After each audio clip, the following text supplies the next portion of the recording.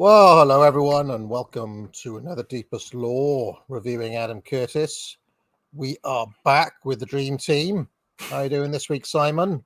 Good morning, AA. Good morning, Chad. Good morning, Horace. I'm very well. Like Peter Mandelson would say, I'm intensely relaxed about everybody watching this stream. Oh, well, I admire that so much. And Horace, how are you doing this week, Horace? I can't match that, but I'm doing all right, thanks. Yeah, good to be back. I noticed, I think this stream said on YouTube that it was actually going to be at 2:15 or something. So I don't know if people quite know. I posted about it on Twitter, so I hope that. Oh, helps. shit. Yeah, I messed up there. Okay, well, we're live anyway. People should get a notification saying we're live. All right, well, we'll have to keep more pre-match banter than usual as people trickle in. Yeah. Congratulations yesterday on your coinage of carny bullshit, which I think was an excellent phrase. Well, I mean, it's an old wrestling phrase. You know, it's an old insider terminology from the world of pro wrestling. But does that allude to carnival workers? I mean, that's the origin of. In fact, what we're going to be watching now, the Seaside, the origin of pro wrestling is that they traveled like a sideshow with the carnivals, and the typical thing would be, and in fact, you know, the British wrestler William Regal, or Lord Stephen Regal, as he was known at one point. There's actually early footage of him doing this at Blackpool, right by the seaside. What they do is they'd go to a seaside resort, and they'd be like, roll up, we've got our champion wrestler here, right? And they'd say, can anybody in the crowd dare to take me on, right? Well, if you can imagine, the bloke in the crowd, okay, who was the volunteer, was pre-arranged. He was actually a worker, right? They'd be like, oh, I'll do it, I'll take on Otto the Great or whatever it is, right? And then the match that everybody was watching, that all the people at the seaside thought was a real match, was actually being worked, right? So it was literally a carny trick, and the people who paid the money to watch the match were marks. That's what pro wrestling came from, was that whole. I mean, I guess originally they'd have what was known as a shooter, i.e. the match would be real, but I guess after the shooter gets beaten, like let's say there's a local tough guy or something, you can't have that, because then that burns. That's like, oh yeah, I remember him, he got his ass kicked last time. So you have to actually pre-arrange it so your bloke wins, basically.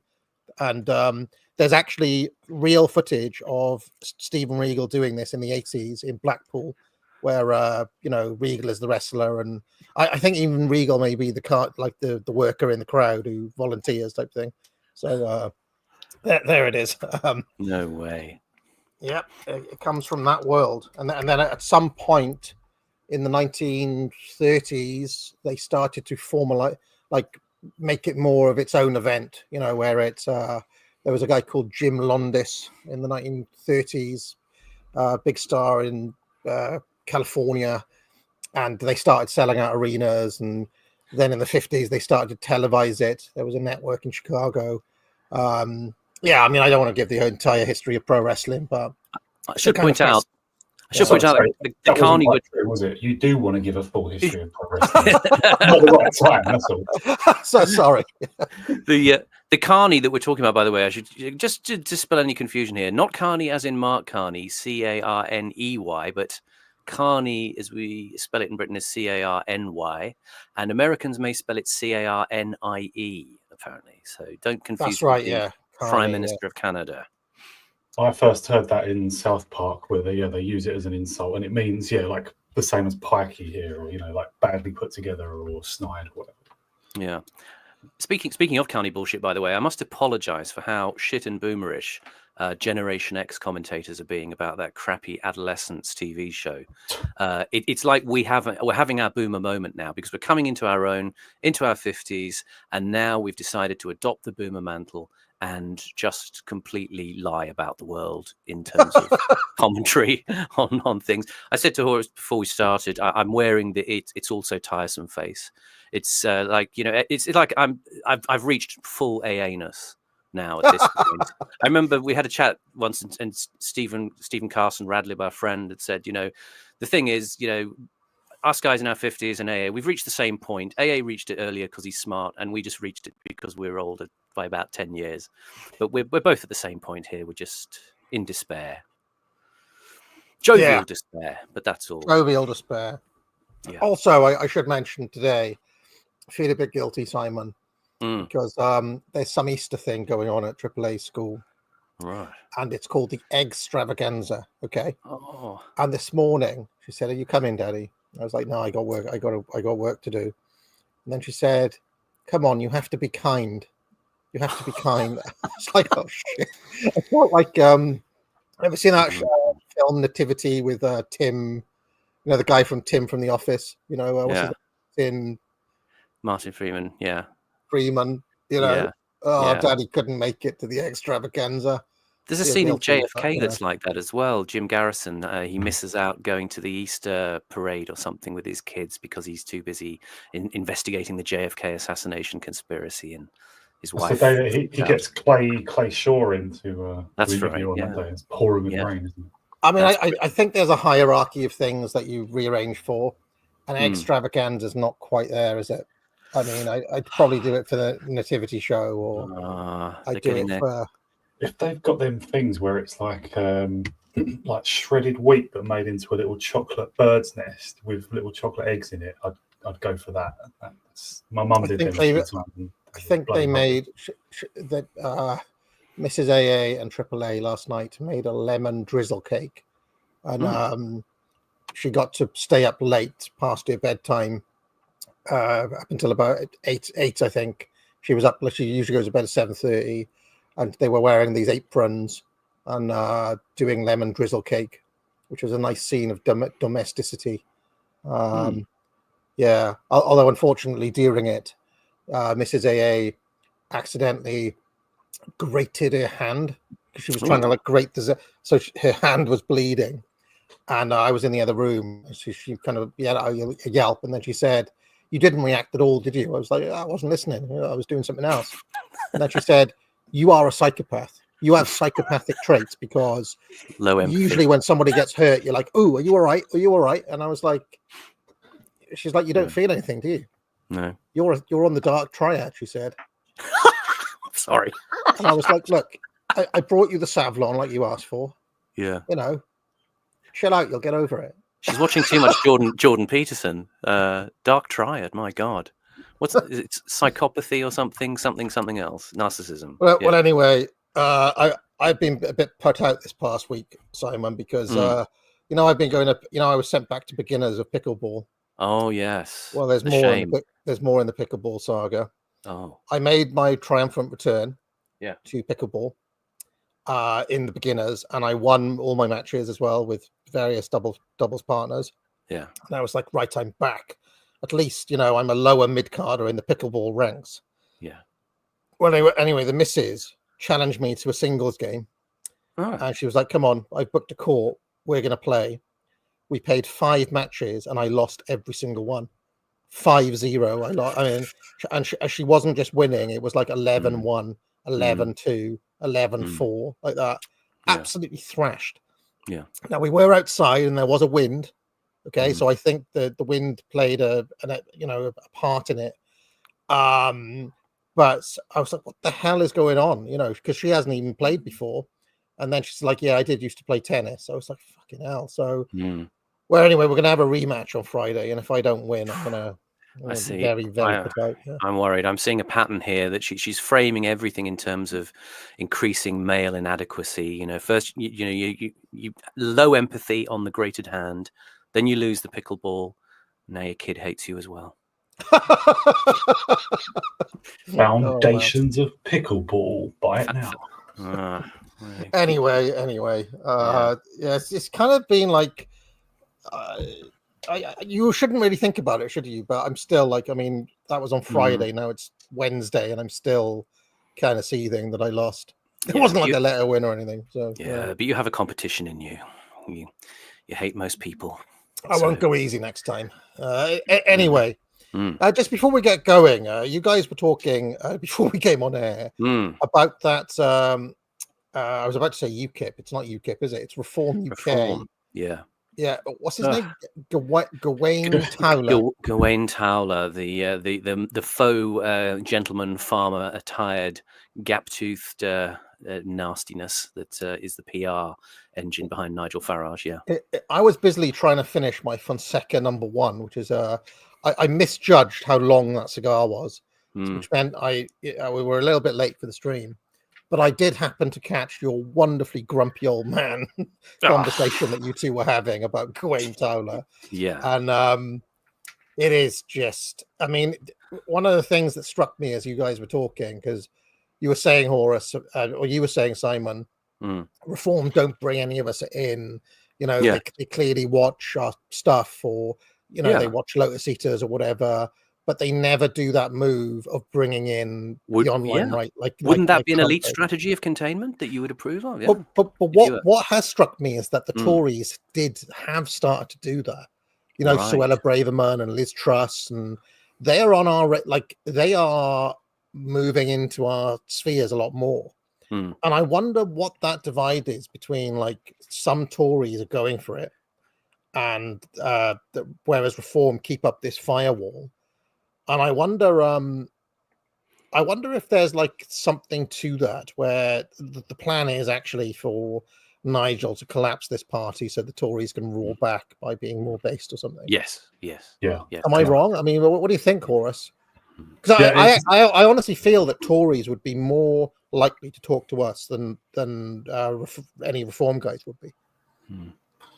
I mean, the Tories exist for containment, but at the present time, I mean, Farage, in his rhetoric at least, he has moved his party already, I'd say, has moved his party to the left of them.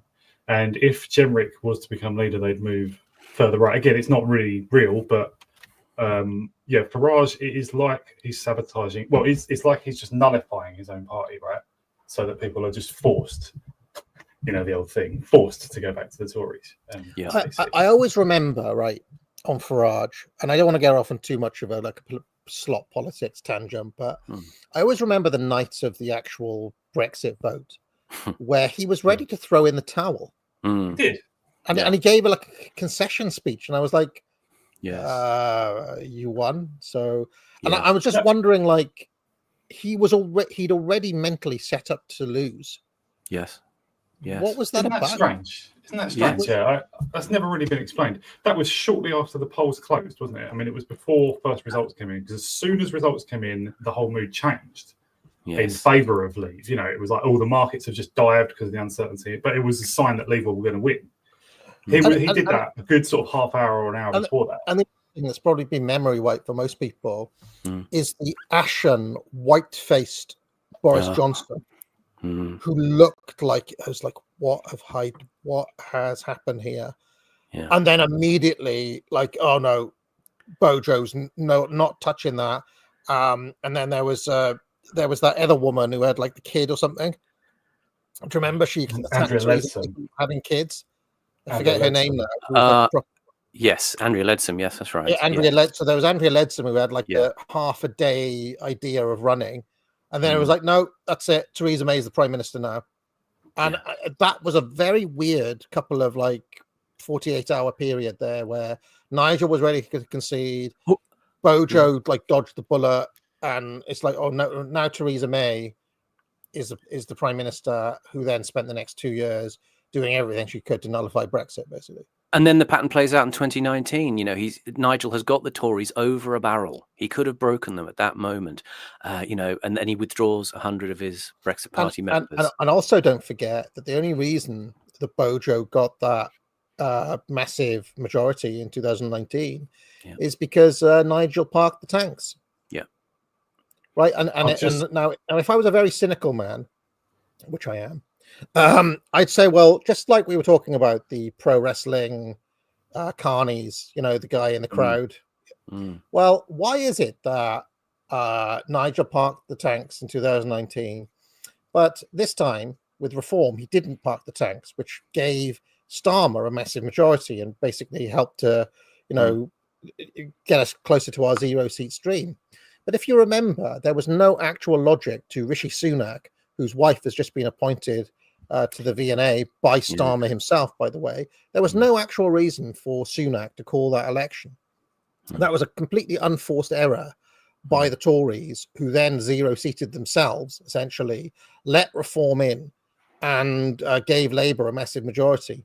Now, could it be that the Tories just, after completely destroying any chance of any possible change with their majority, decided that they'd had enough? They want a bit of a timeout, let Nige in, and we can put this away whenever we want, basically by merging Reform and the Tories in 2 or 3 years' time. T1000's back together. Everybody has enough Labour. The band is back together. Am I wrong? Yeah, well, I always thought with the 2017 election that Theresa May did a similar thing when it was the sort of ferment of Brexit in Parliament, and the MPs conspicuously are trying not to implement what the referendum had mandated. And then she calls that ridiculous election and loses a significant part of her Conservative Party, such that it makes it more of a negotiated, an anguished and tormented settlement in Parliament for dealing with Brexit. They could have just, pushed it all through, but she waited 9 months to invoke Article 50 or something. And then, she had this ridiculous election, so they lost more power. So there's an element with the Tory mindset of sometimes we have to kind of self-sabotage, in order to sort of get where we want, because that will mean a bit more horse trading has to go on, and it'll squeeze out certain vocal elements from the fray. So I have a feeling that there's a tactical wounding, It's curious, isn't it? It's curious. I can't see into their minds, but it's all consistent with what I think, which is that they just constantly, in all circumstances, in all times and places, see the right as the enemy.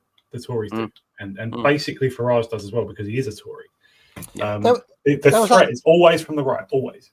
There was that thing going around the other day about, I don't know if this is apocryphal, if it happened or not, but there was a thing going around a couple of days ago saying that back in the late 70s, Leonard Brezhnev met Margaret Thatcher. Oh yeah. And he said, and Brezhnev said to Thatcher, look, what our overriding concern is that we have to come together and save the white race. And apparently Thatcher kind of, went like, she kind of went asher, much like Bojo, and kind of left the room in disgust type thing. And apparently Brezhnev had said similar things to Nixon and to Jimmy Carter and people like that as well. So, I don't know, like, if that was Russian mind games or what, but it kind of tells a tale, really, because that was the same Tory party and Monday Club and so on that Bowden was briefly part of. And you've heard the stories that the Michael Gove story, Michael Gove stories and so on. So, we can't do anything about that. It would be un-British. Always managing to snatch defeat from the jaws of victory. Weird, really, very strange. Indeed. The consistency with which they do that tells a bigger story, doesn't it? It is decade after decade. They appear to have an opportunity to basically defeat the left decisively, at least for a generation, and they do the opposite. What about when Enoch Powell was the most popular guy in the country? I grew up with tales of people telling me that in the Welsh valleys, hardcore Labour territory, by the way, that everybody loved Powell, that the miners were ready to vote for Powell, right back then. Now in the 60s, but on the cusp of him possibly becoming, what did they do? They basically knifed him, exiled him from the party, shipped him off to Northern Ireland or something to be a unionist. They called him evil. William Rees-Mogg in the Times called it an evil speech, and then Jacob Rees-Mogg on the anniversary confirmed that he agreed with that, an evil speech. Yeah, he was permanent. It's just It speaks against the Race Relations Act, which is like, you know, the most subversive law that had ever been passed in Britain until then. Speech against that was evil. You know, one of the things that always sticks with me from Peter Hitchens, right? I don't know if he mentions this in Abolition of Britain or the follow-up, The Brief History of Crime. When he's talking about in the 60s, when there was this big scandal over the Rolling Stones taking drugs, right? The Rolling Stones, I think it was like Mick Jagger possibly was going to go to jail for like possessing marijuana or some nonsense, or taking coke or something. Yeah. And basically, Hitchens says like they did a poll of young people at that time in the 60s, and he said that more than 60% of young people in Britain at that time thought that the Rolling Stones should get harsher sentences. And William Rees-Mogg was the person who campaigned on behalf of the Rolling Stones to be right on. Okay, and it's like it's in their DNA, Horace. It doesn't matter if it's on race or conservatism or whatever. They're basically the liberal. They are the permanent traitor class. And I don't want to bring out my Major General Richard Hilton Imperial Obituary, but you know, he talks about the 13 years of betrayal. He's not talking about Bojo and Theresa May. He's talking about the 13 years the Tories were in office after Clement Attlee, when it was Churchill and then Eden and Douglas Home, like that whole period in the 50s and the 60s, and Macmillan. You know, I did not become the Prime Minister to give away the British Empire. Oh, shit, what did I do? You know, all of that. So it's kind of... Yeah. Couple of things about that Mick Jagger thing, by the way. If anybody tracks down footage of him on the telly being interviewed about his drug bust at the time, it's very interesting. If you can get that footage, he has a sort of cut glass public school accent in that for some reason. I don't know why. And the other interesting thing about it to me is, like, if they were going to do anyone from the Rolling Stones for drugs, I would have thought, why would they pick on Mick? Well, they obviously pick on Mick because he's the sort of good PR face. But I mean, Keith Richards, I mean, surely would have been. I mean, he's a one-man pioneer of drug exploration. He's like he's the Captain Scott of drug abuse. You know, it's sort of I like to imagine Keith Richards has backed down now, and he only does a bit of acid and a bit of, a couple of pills a day or something. You know? Yeah. Are they still touring, by the way? I think so. Yeah. Amazing. They're over 80, right? I remember I made a video once. This was back in like this was back when I was arguing with Keith Woods and all of these about Kanye West, like, because they were claiming Kanye West is bigger than the Beatles, and that him like naming them is going to like change the world or something like this. So I was like, come on, dude. And I basically looked to quantify it, and I looked at stats from the 2000s, and like you can still find this video. It's on the channel somewhere. And I looked at record sales and stats and so on and so forth. And the staggering thing is that the biggest selling touring act of the 2000s was Rolling Stones. Amazing. And still the biggest selling act like in the world pretty much is still the Rolling Stones even now.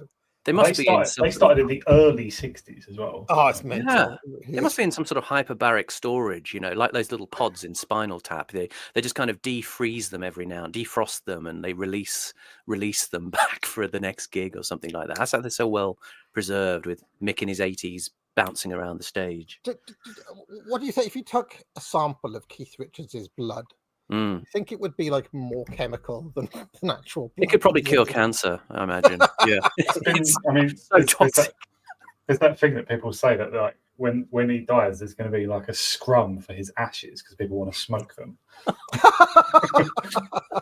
You can't actually smoke ash, so that's not going to work. But it's a funny joke. Oh wow! Do you actually like the Rolling Stones? I've never been that big on a Stone. No. A few of their songs, not that exciting.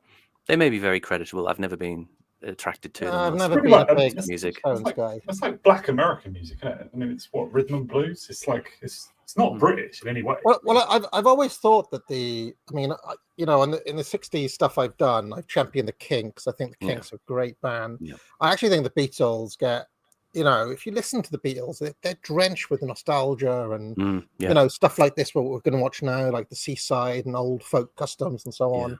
But the Stones is just like some middle class art students pretending to be like from Atlanta doing Delta blues or something. It's like brown sugar. Yeah, it's just. But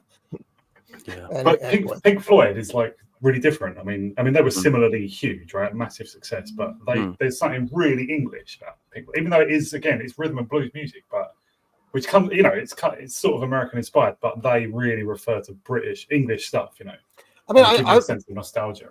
I've talked a lot how I think there's a lot of conservative strains in British kind of mainstream rock, not just Beatles and Kinks and, like you said, Pink Floyd, but like Genesis, you name it. I mean, there's a lot of stuff in there, and it runs right the way through. I think through people like Smiths, right, all the way to even your Britpop slop, if you want to put it that way.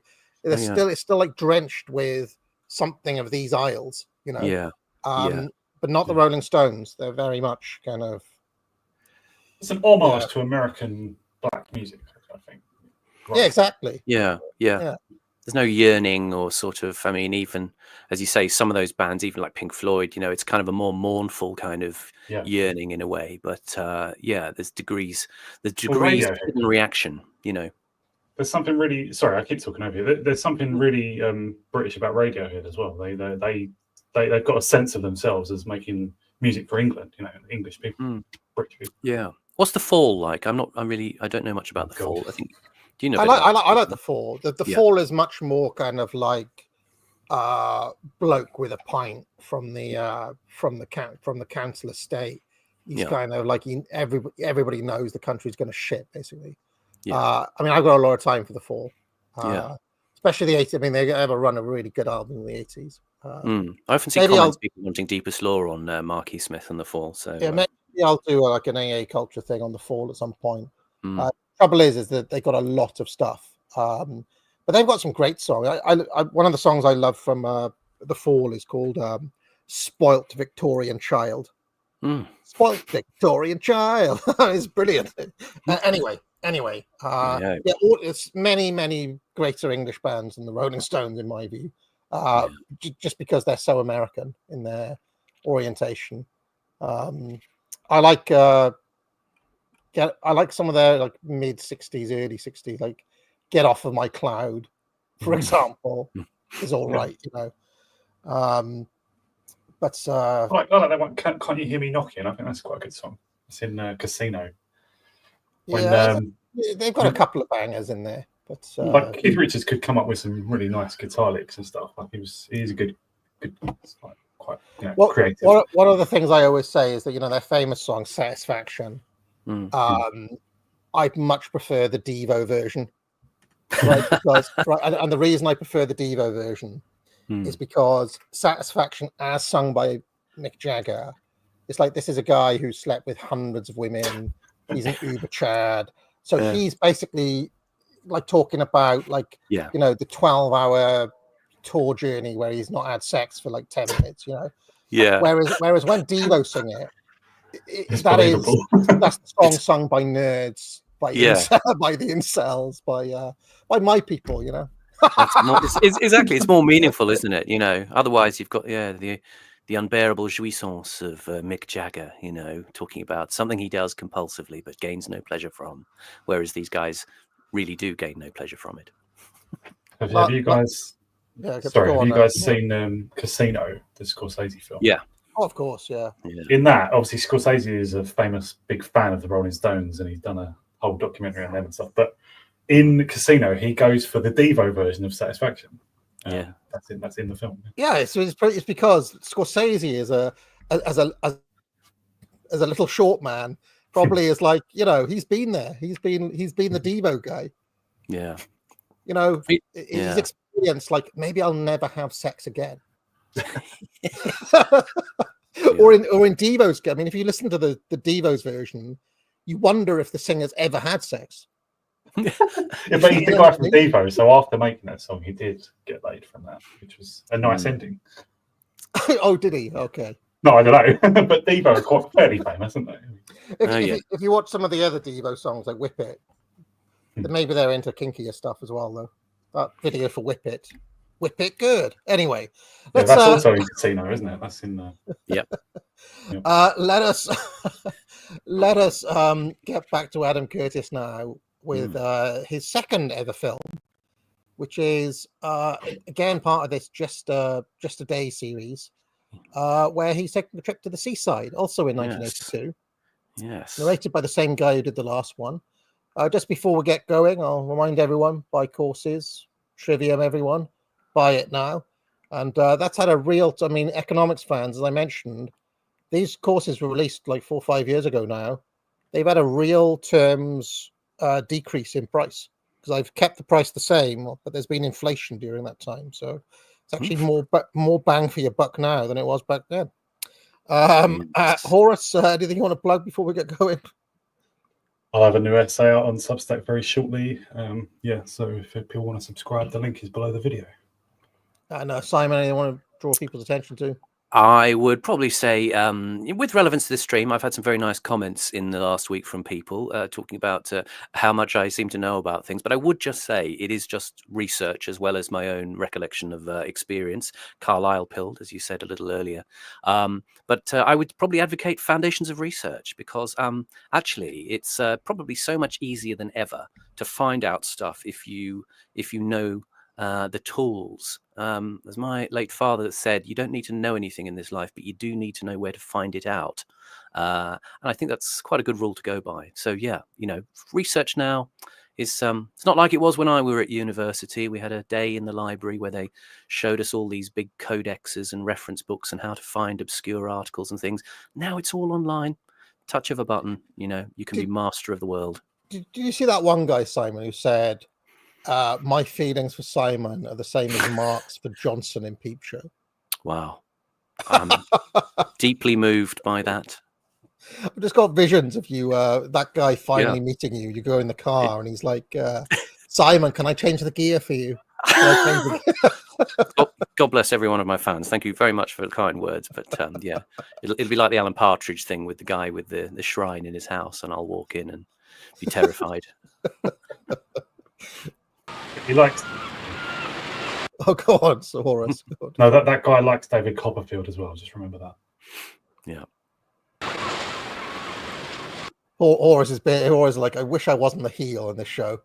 Wish I could be a baby face. Oh, I've accepted it now. This is what heels always said in pro wrestling. It's like, I love the booze. I love playing the villain, but when I see the baby face selling his merch over there with the kids with the t-shirts on, they get a pang of like, wish that could be me type thing. You never know.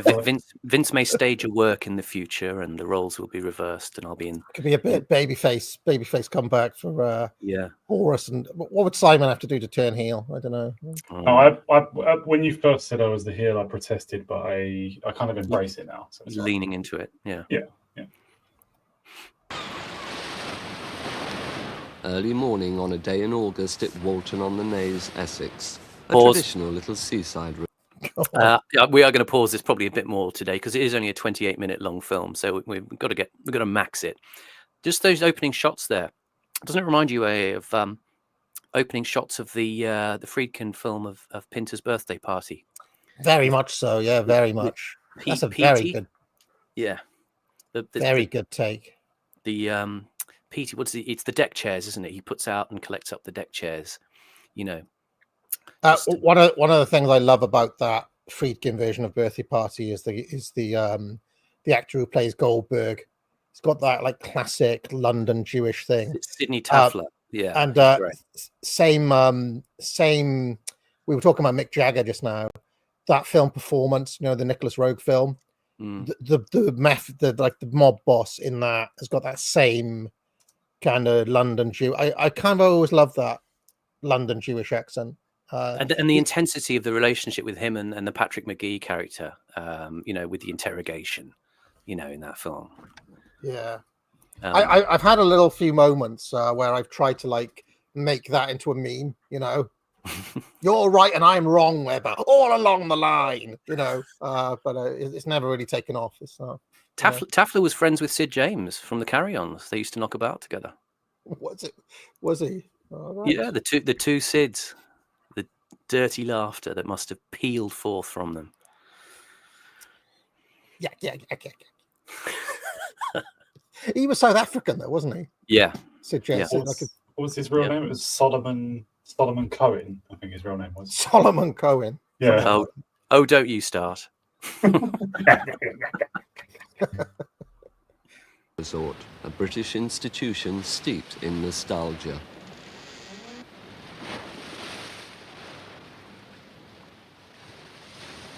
Despite the age of the jet and the cheap package tour, Walton's population of 5,664 still doubles during the season. Pause. Many of the people... Sorry, I'm just going to hit you with some factoids. Population today is about 12,000. And one of the interesting things about Walton-on-the-Naze, it's one of these eastern coastal towns in England where one of the main sort of themes, I guess you could call it, is coastal erosion.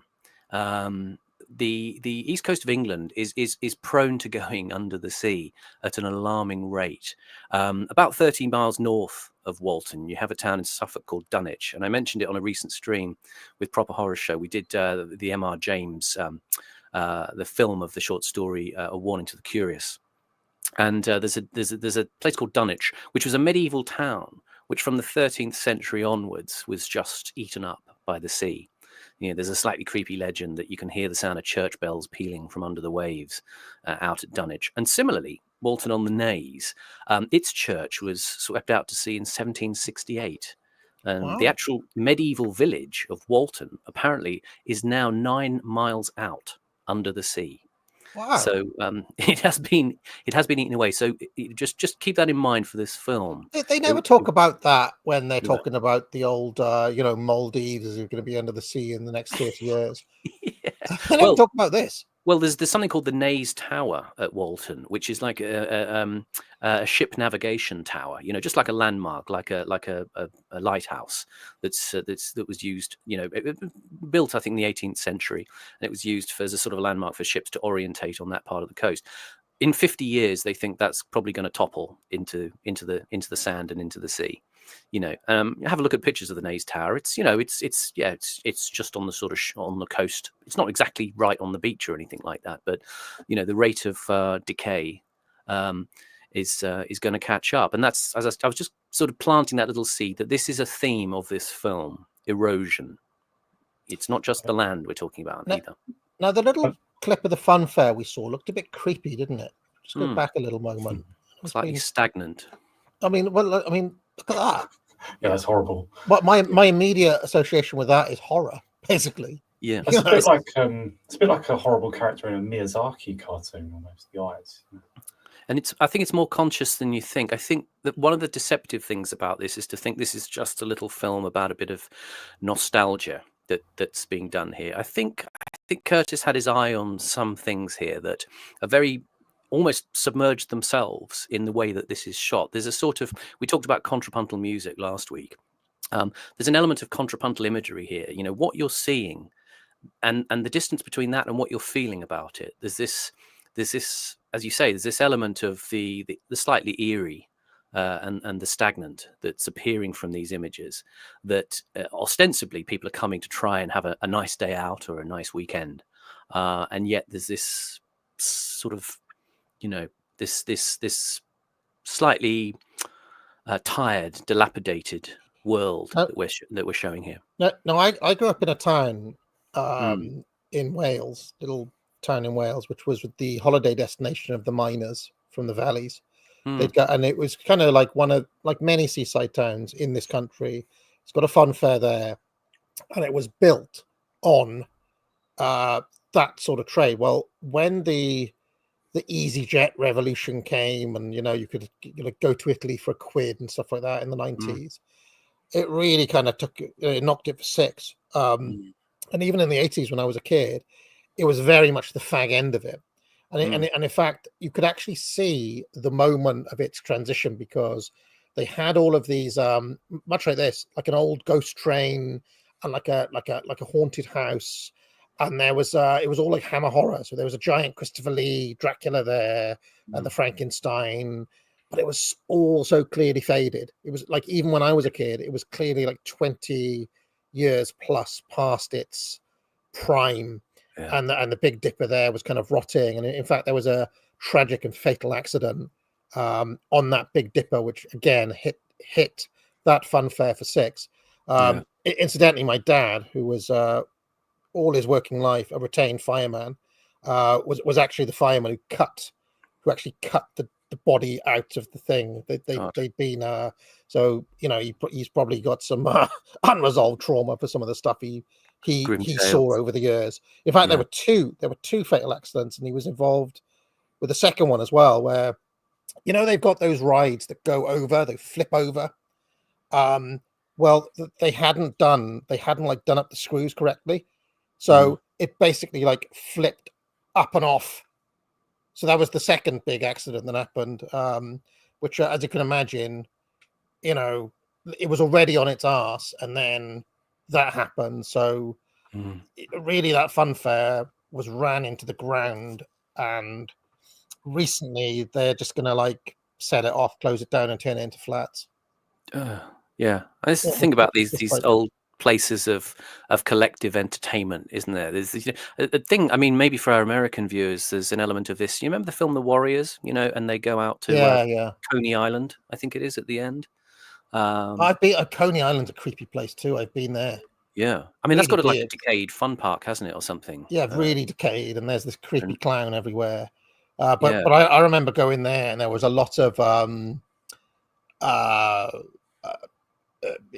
scholars, let's just say, around, but it was kind of an edginess that's not pleasant, where it's like, oh, who's this guy? Has he taken something? Has he got some Keith Richards levels? I guess you'd say, so there's a kind of nasty side to it as well. But I did have a lovely Nathan's hot dog while I was there. So. This the only thing I remember about Coney Island. I remember Woody Allen in his stand-up set in the 60s made a joke about, did you know that, during the war, German U-boats actually came into the sea around Coney Island and were destroyed by the pollution.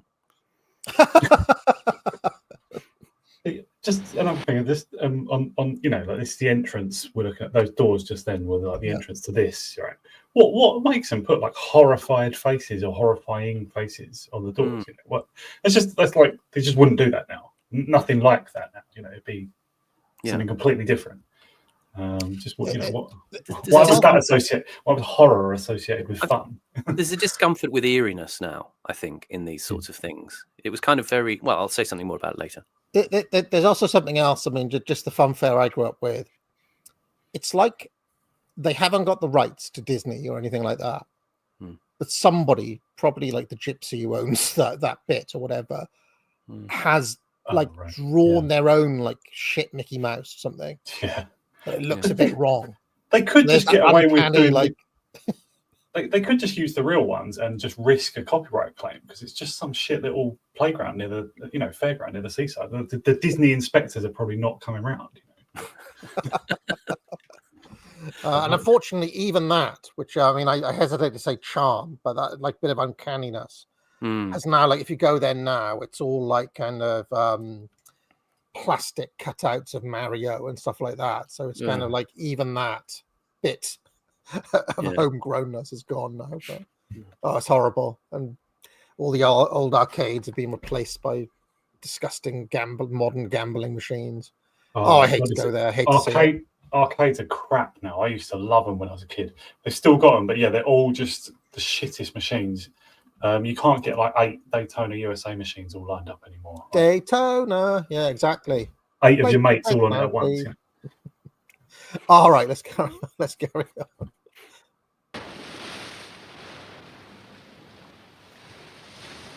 Despite the age of the jet and the cheap package tour, Walton's population of 5,664 still doubles during the season. Many of the people who live here first came as children and returned to retire, like Eileen Fowler, the First Lady of Keep Fit, who rises early every day to practice what she started preaching back in the 50s.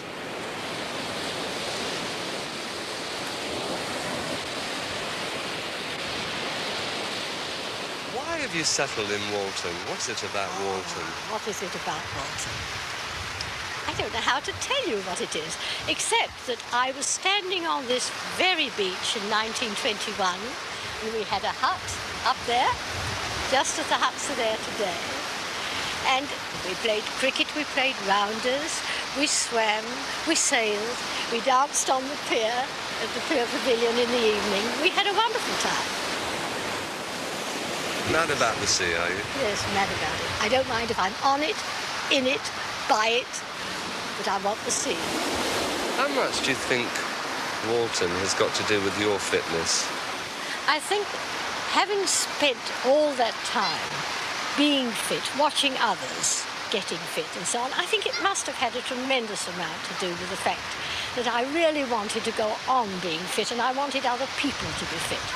I saw what it did for these people.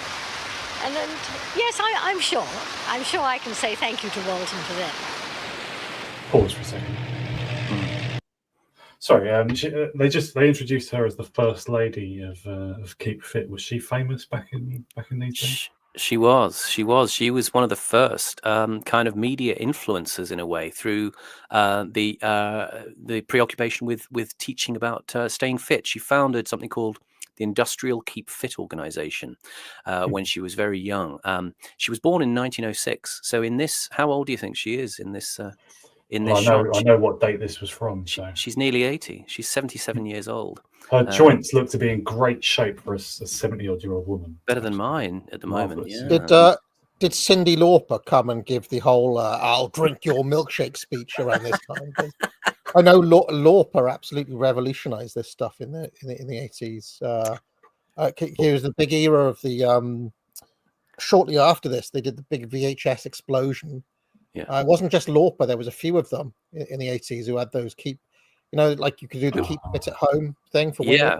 Well, I mean, after Eileen Fowler was the first actually, but after her was a slightly more famous one called Diana Moran, who's called the Green Goddess, who used to do a lot of this sort of keep fit stuff. I mean, Fowler's era was kind of from the 30s onwards, but into the 50s, she was doing broadcasts for the BBC. She founded the Keep Fit Association. She was on television in 1956, and she did a lot of these, do exercises along with me.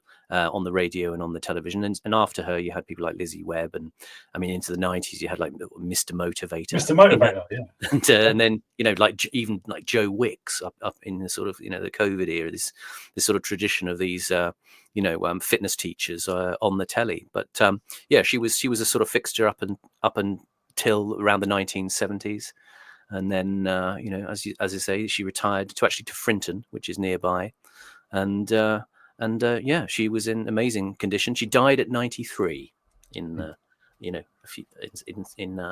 2000.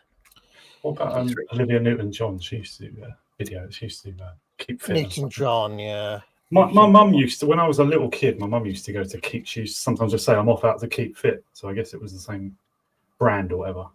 Mm. I think the one I was thinking of who predated Cyndi Lauper was probably Jane Fonda. That was the big one in the 80s, wasn't it? She was huge, yeah. And I think it was around this time. Early 80s, that's right, yeah. We see a brief clip of that in one of the earlier Curto documentaries as well. Yes. It doesn't. Isn't there a whole sequence in hypernormalization with some sort of workout video? Yeah, maybe yeah. Jane Fonda. Yeah, I think Fonda does definitely pop up. I remember her image was everywhere in the early 80s as the kind of, the sort of, as you approach the era of aerobics becoming an absolutely massive phenomenon. Interesting.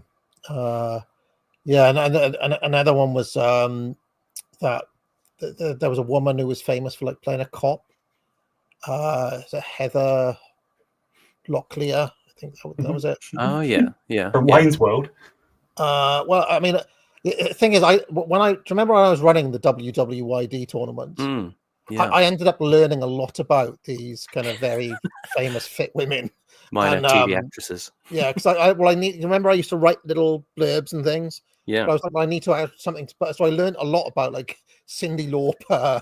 Yeah, Heather Locklear, who didn't actually do very well in the WWYD, but she was a big thing for a while, though. I remember the name being everywhere. I don't know. I can't even think what she looks like now. But her name. I think she was in this thing. She was in this thing with William Shatner called T.J. Hooker. Ah, yes. Where they were cops. Yeah. But yeah, she was one of these kind of in that Jane Fonda explosion. Newton-John, Fonda, and her were kind of big for a while. Heather Locklear is like a really good-looking woman as well. According to her Wikipedia page, she went out with Tommy Lee and Richie Sambora. I don't know if that helps colour in the picture or anything. Calibrating her level of woodness.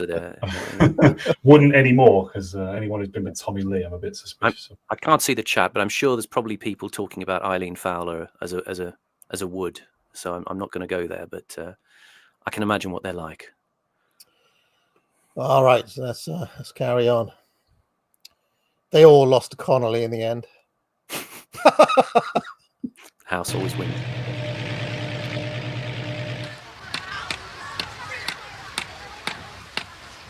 Today's forecast is dry and bright, but windy.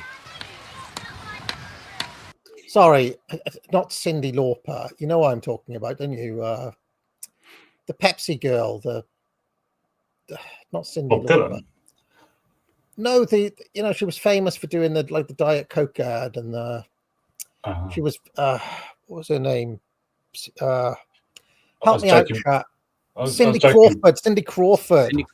Yes, the absolute master of the Route 2, George, if you're here. You know, she basically almost won all of the WWID tournaments purely with arse shots, because she was very good at arse shots, as opposed to Route 1 specialists, who were big up front. Anyway, let's carry on.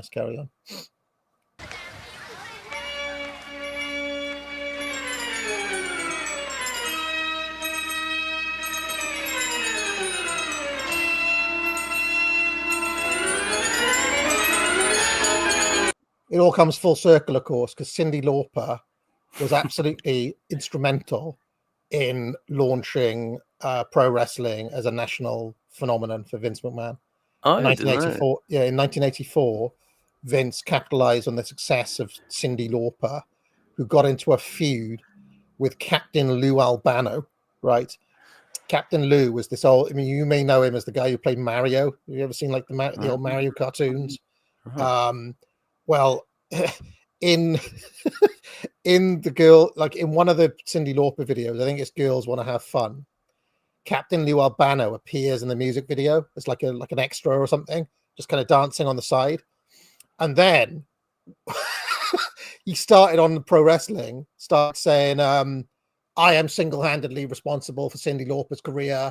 I launched her, I made her a superstar. It was my appearance in that video that made her a thing.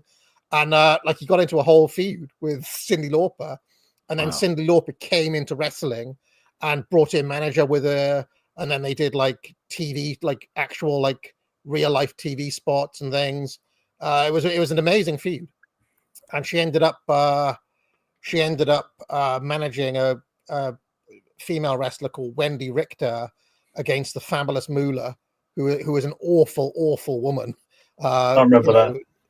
Yeah, I mean, Moolah was basically like a pimp who used the female wrestlers as slaves. Basically, I wish I was making this up. I'm not, but that's a whole bit of some wonderful television, though. The Cyndi Lauper stuff. My memory of Cyndi Lauper was maybe she was around slightly before Madonna came on the scene. She was always seen as a really even trashier copy of Madonna. She was always kind of dressed in a bin bag, or something like that. And Madonna was slightly more coutured, but they went for that kind of girl who lives out of a dustbin look. And they both sort of went on from there, and Cyndi Lauper's sort of just arc declined much faster.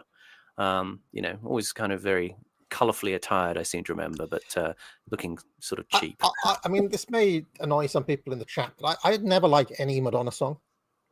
Whereas Cyndi Lauper had a couple of objectively some good pop hits in the early 80s there.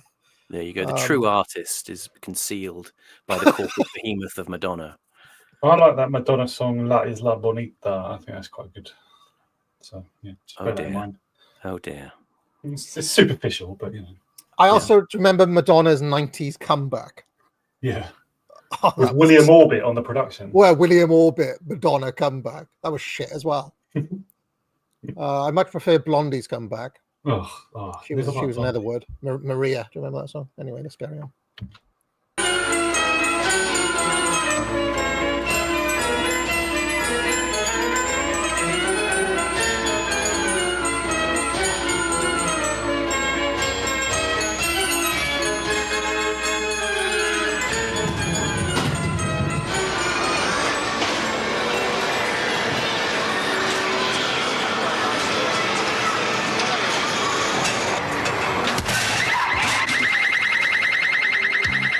Pause.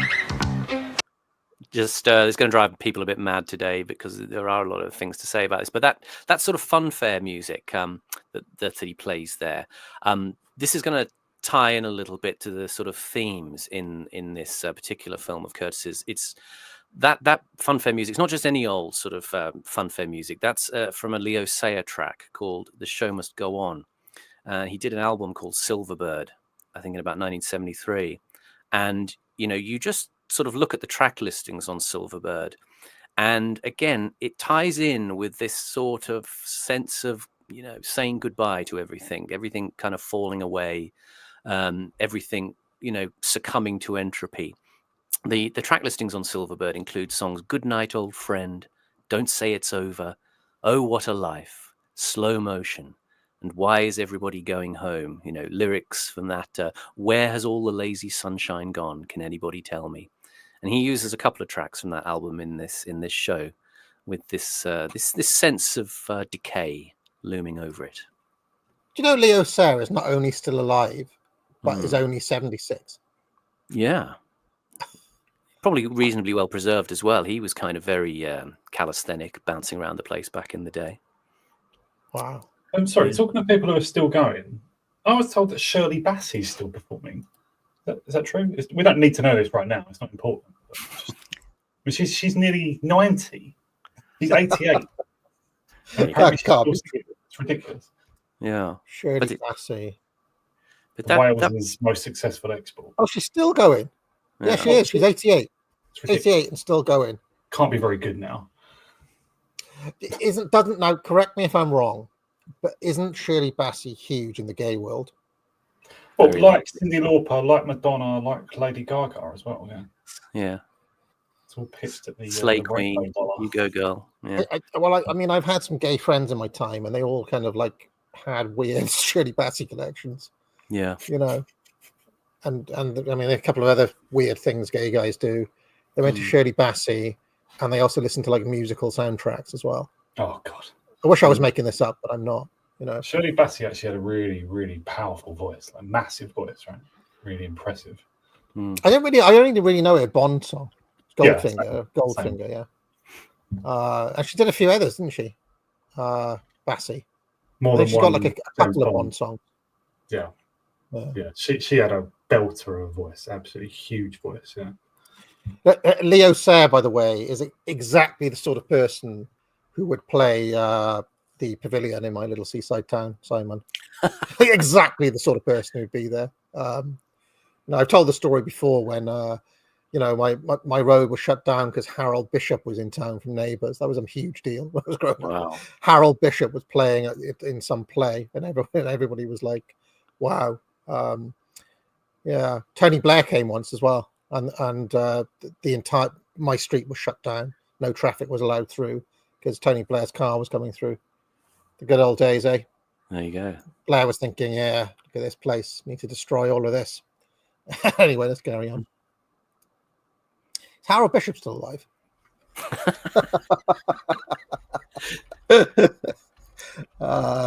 Okay. Harold Bishop, Ian Smith is still alive. He's 86. He's 86 years old. Is he still in Neighbours? It says he was, as recently as 2022, a guest appearance. No, in 2024 he returned to the role. There we go.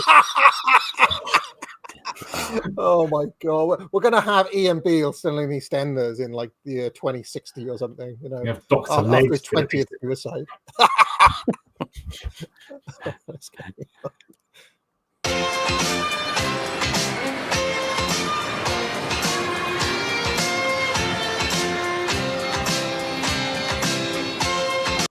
That fella on the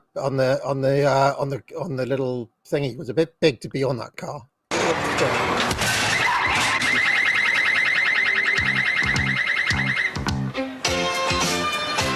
Yeah.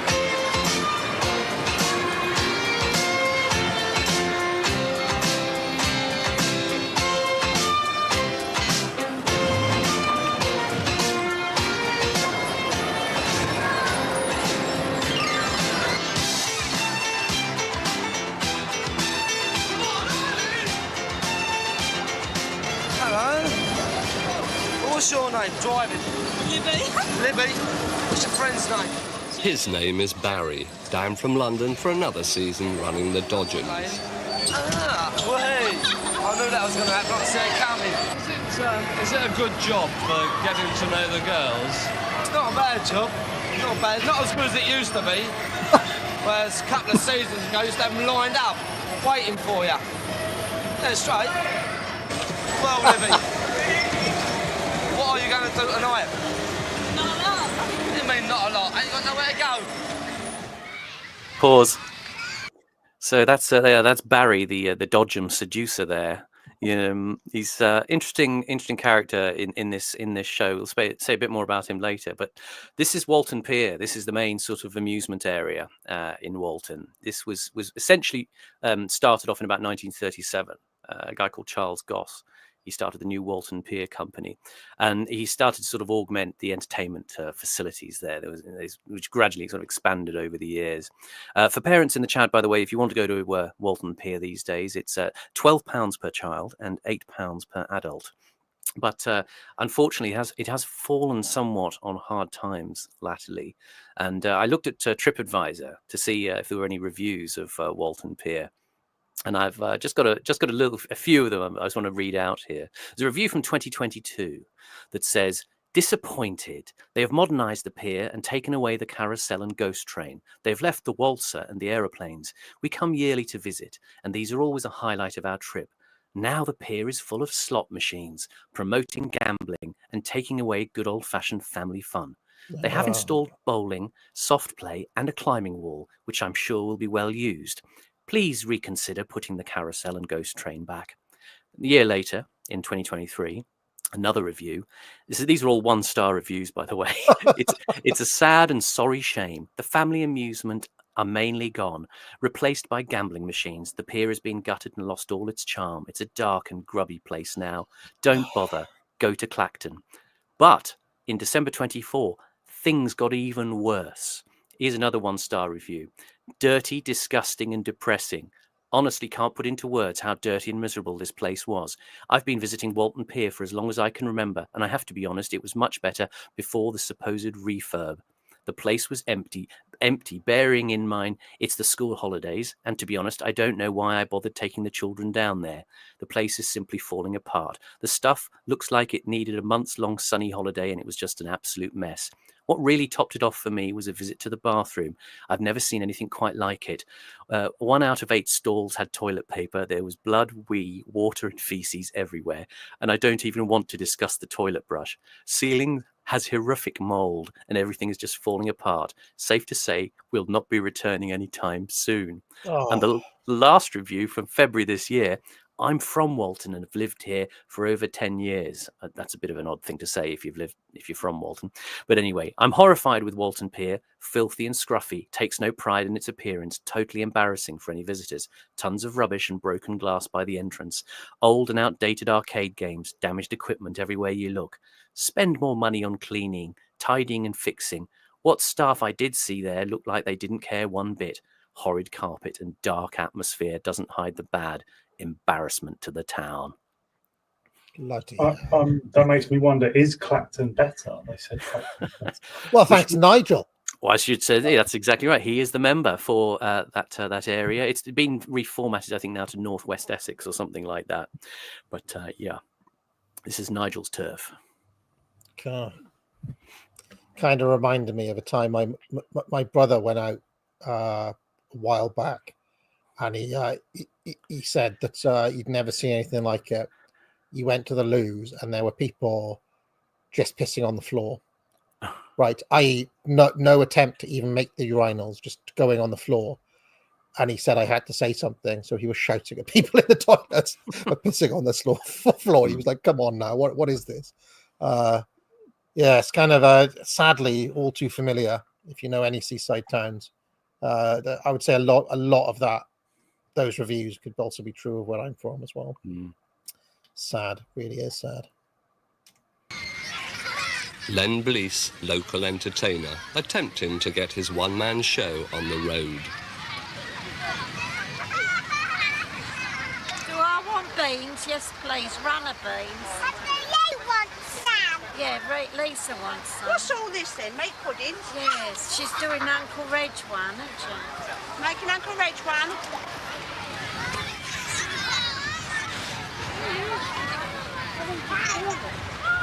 Taffy Reese comes on duty. Sorry to interrupt again, but having grown up by the seaside, ironically, I hated beach. I hate beach holiday, and I've actually been made to go on them recently since the combination of COVID and the little one coming along. We've had a number of trips to Cornwall and things, and I kind of hate it. I've never liked the whole, get your stuff and go down by the beach and so on. As you can imagine, I'm always a curmudgeon. But I've never liked this particular style of holiday personally. But if you guys, you get sand everywhere. Oh, just sand in your shoes, sand down your kegs. I can't stand it. And you go in the shower and the sand just sits on the floor of the bath or whatever because it just doesn't wash away. I mean, when you mentioned growing up, a whole day at the beach. No, just a whole day at the beach is a bit like, really, I've had enough after 5 minutes. I've had enough. Yeah. Well, this is actually throughout the film. Actually, it's shot through with this kind of melancholy that the British working class kind of gets released from its suburban and urban dank life to have a sort of moment of kind of controlled anarchy down at the beach. And there's a sense that begins to dawn on you as you watch that it's a space populated mostly by middle-aged and older people, kind of clinging on to the last vestiges of something. And there's a contrast with the young people in the film who kind of they look on this stuff with a sense of sort of bafflement, throughout. They're beginning to be aware that actually, this is 1983, this film. But this is a time when actually everybody's kind of enthusiastic for modernity. The thing about this film is it's following on in the wake of a number of things, especially the Falklands War the year before, in which there's a kind of surge of national pride, and you're coming up to a major landslide for the Tories this year. They get 144 seats because Thatcher is riding the crest of this post-Falklands euphoria. But there's a sense of this pervasive decay. I mean, there was something you were saying, was your stream this week about the extract of the book you were reading, and he was talking about the change of the century and how the change of the century, you sort of think you'll wake up the next day and everything will be amazing. And of course you go outside and it's just as it was. Yeah. And I think this was quite a sense in Britain at that time from my memories. I have pretty strong memories of the 1970s and then moving into the early 80s. And there's a thing about decades that, you think of the 80s in a sense that everything was going to be super whizzy and modern and exciting as of 1980, but it wasn't really like that. The 70s kind of continued for a couple of years till about 1982, the feeling in the country. So it's not quite a clear decade delineation. We associate the 80s now, of course, with sort of yuppies and greed is good and fast money and aspiration. Yeah. But at this point, it's still kind of pretty sort of run down. And the thing is that we who were young at the time, the books in school are telling us, well, just hold on because there's going to be flying cars, not in the not too distant future. There was going to be this lifestyle of this kind of ultra modern living, in these kind of sleek vehicles and everything. You were going to be sort of living in a kind of hyper accentuated version of things like the sort of the new towns that were built in the 70s in Britain. There was this sort of thesis of modernism that was kind of sweeping the imaginations of the young. And you've got to remember, this is the year that like Return of the Jedi comes out. There's a sort of a mania for a kind of futurism that's invested in things like science fiction. Yeah. There is this, sense of, a bold new future is beckoning. And this is the point at which the young are sort of looking towards that and the old are kind of, remaining as kind of custodians of this sort of post-colonial moment. This is the sort of the stuff that gets infiltrated into culture, as we've seen gradually this form of guilt sort of, being summoned up throughout the sort of radicalized politics of the 80s. But at this point, it's kind of just at the inflection. You've got the sort of the American banks are coming into London. Yeah, and Thatcher is running monetarism, and there's this sense of conflict that's bubbling up underneath this kind of what we see here, this ostensibly calm and quaint and traditional world that is about to be kind of avulsed by a sort of surge of energy in the country that's coming up, and it's not all going to be pleasant. It's not all going to be the advancement or the progress that people are thinking it's going to be. And this is geographically peripheral as well. Obviously, these are headland. This is literally like a promontory, right? The Naze is apparently a promontory, and we're talking about places that are on the edge of the land, right? Physically. Like they're sort of. I mean, the 80s that was imagined that you mentioned, the futuristic 80s, basically, or the ultra modern 80s, that basically didn't happen to these places. I went to Cromer not long ago, and it's just like it's almost like the 70s or earlier. And that's actually throughout this film. If you just look at it, gaze at it with a little bit of an awareness of that context outside, there's a sort of an unspoken sadness. There's which is a counterpoint of the sentiments in these characters. They're on holiday, but there's this image of this sort of quaint suffocation of this world that was familiar. It was even a little bit boring, but in a benign way. But you see this kind of working class gentility is being swept away.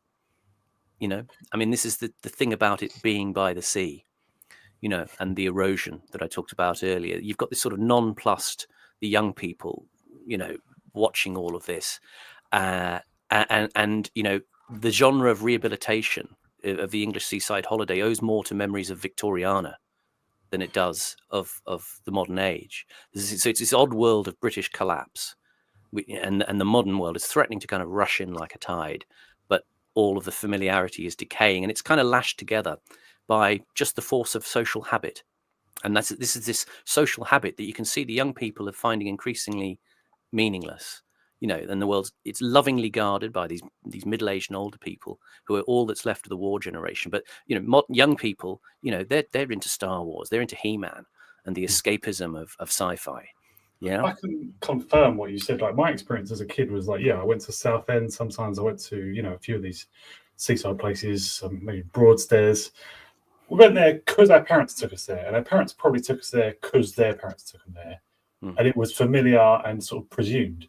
But given the choice, if someone asked me when I was 8 or 10, where do you want to go on a day out, it would be either like Quasar or the cinema to see a sci-fi, or something to do with lasers, guns, or like slides, water slides. It would never occur to me to go and do what seemed like an old-fashioned. It was fine, I enjoyed it, but it would never occur to me to choose it. To go to this old-fashioned kind of entertainment. What we're doing, we're just going to sit on the beach, basically. We're just sitting on sand, run around a bit, whatever, like build a castle. But it's very, very old-fashioned, right? And old, like, bawdy postcards seem to confirm that. Punch and Judy shows, which I assume we're going to see, that confirmed it. That seemed really, really old. A puppet show, and like a horrible puppet show where they're beating each other up and stuff. It's like, what? It was, we're here because our parents have brought us here, and only because of that. Yeah. I mean, I mean, obviously, I grew up in a seaside town, so that's one of the things that takes you. Like, you don't want to do it because you see it all the time, for one. But all of my kind of memories of that, the things I used to get excited for would be like, going to the UCI cinema. I remember going to see Honey, I Shrunk the Kids when that came out. That was a big deal. It was like Terminator 2 coming out was a huge deal. You're kind of looking like it was something else, wasn't it? You're looking, in a way, you're thinking you're looking to America. I remember it was a massive treat to go to McDonald's, and it really was. You're kind of embracing that, embracing these days we call it Hollywood slop, wouldn't we? But that's and that's the kind of cultural onrush that I'm talking about here. That 3 years after this film, you've got the day that they called the Big Bang. When it was all deregulation sweeping through the city, and Thatcher got on the back of that, and again, you had a much more sort of form of American aggressive financial services culture coming in to a country that obviously the assets had been broken, sold off, the old industries were abandoned, and you've got Thatcher, the free market apostles, Friedman and Hayek, essentially refashioning the country around the City of London as a financial hub, yeah. And you've got this breed of American financial institutions coming in, where the British are kind of seen as kind of having coasted for a long time. I mean, there's a quote I picked up from an interesting article that was in Vice magazine about this period. There's a book called Liar's Poker. You guys may have heard of it. And there was one very telling quote about this American apprehension of what was going on in Britain, in this sort of slothful and decaying country. And he talks about one of the Salomon brothers employees. He was referring to the Englishmen who worked in the company as Euro faggots, who left their desk at 5 p.m. and they deserved their losses. Yeah. So there's this naivety about what we're seeing here in this film here, as this is coming on. There's a kind of quaintness about it. I mean, I've quoted before in other streams I've done. There's a great film by Patrick Keeler called London from about 10 years later. And one of his themes is the sort of fading of London under what's the effective landing of, I mean, as it happened, US techno capital, and how it was weaponized by the political classes to play out various social agendas centered around London, if you like. London became the sort of the theme for the whole country, where things that happen in London matter more than things that happen anywhere else. And of course, that's been a theme in British history. But an interesting thing that Keeler says in that film about this period, he says, London was the first city to disappear. Yeah. And that's what's going on at this time. This is the eve of the Kinnock major election, in 83. It's kind of the one last gasp of Britain can make it Tory sentiment. You don't mean Kinnock major. You mean Thatcher versus. Kinnock Thatcher. Sorry, yeah. No, Foot. It was Michael's Foot. Was it Foot? Thatcher. Oh, I beg your pardon. He stepped down after this election. I realised I referenced the wrong election because I'm looking at the film London, which is 92. Yes, this is sorry. Yes.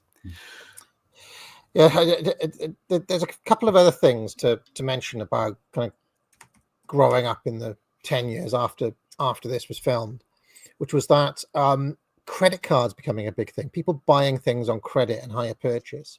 And I remember distinctly conversations between my parents that I only actually understood subsequently. You're like, oh, we got a friend, they got a swimming pool and they got a car. And I remember, like, how do they afford that then? And, they got it on credit, or they got it, got it on hire purchase and all this sort of stuff. I think that was a relatively new thing that was happening, certainly in the late 80s, early 90s.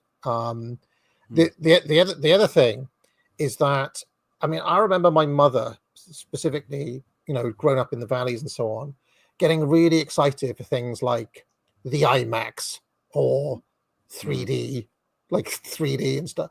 And I mean, it's been a long time since anybody was excited by any of that stuff. But when it was new, it was genuinely like people were excited for it. Yeah. And I feel like that doesn't happen anymore. Like nobody gets excited about anything. Probably the last thing was Steve Jobs unveiling the iPhone or something. But there was like a period where new stuff would come out and people would genuinely be marks for it. They genuinely be excited for, I remember like taking the trip to London to see the IMAX was a big deal at one point.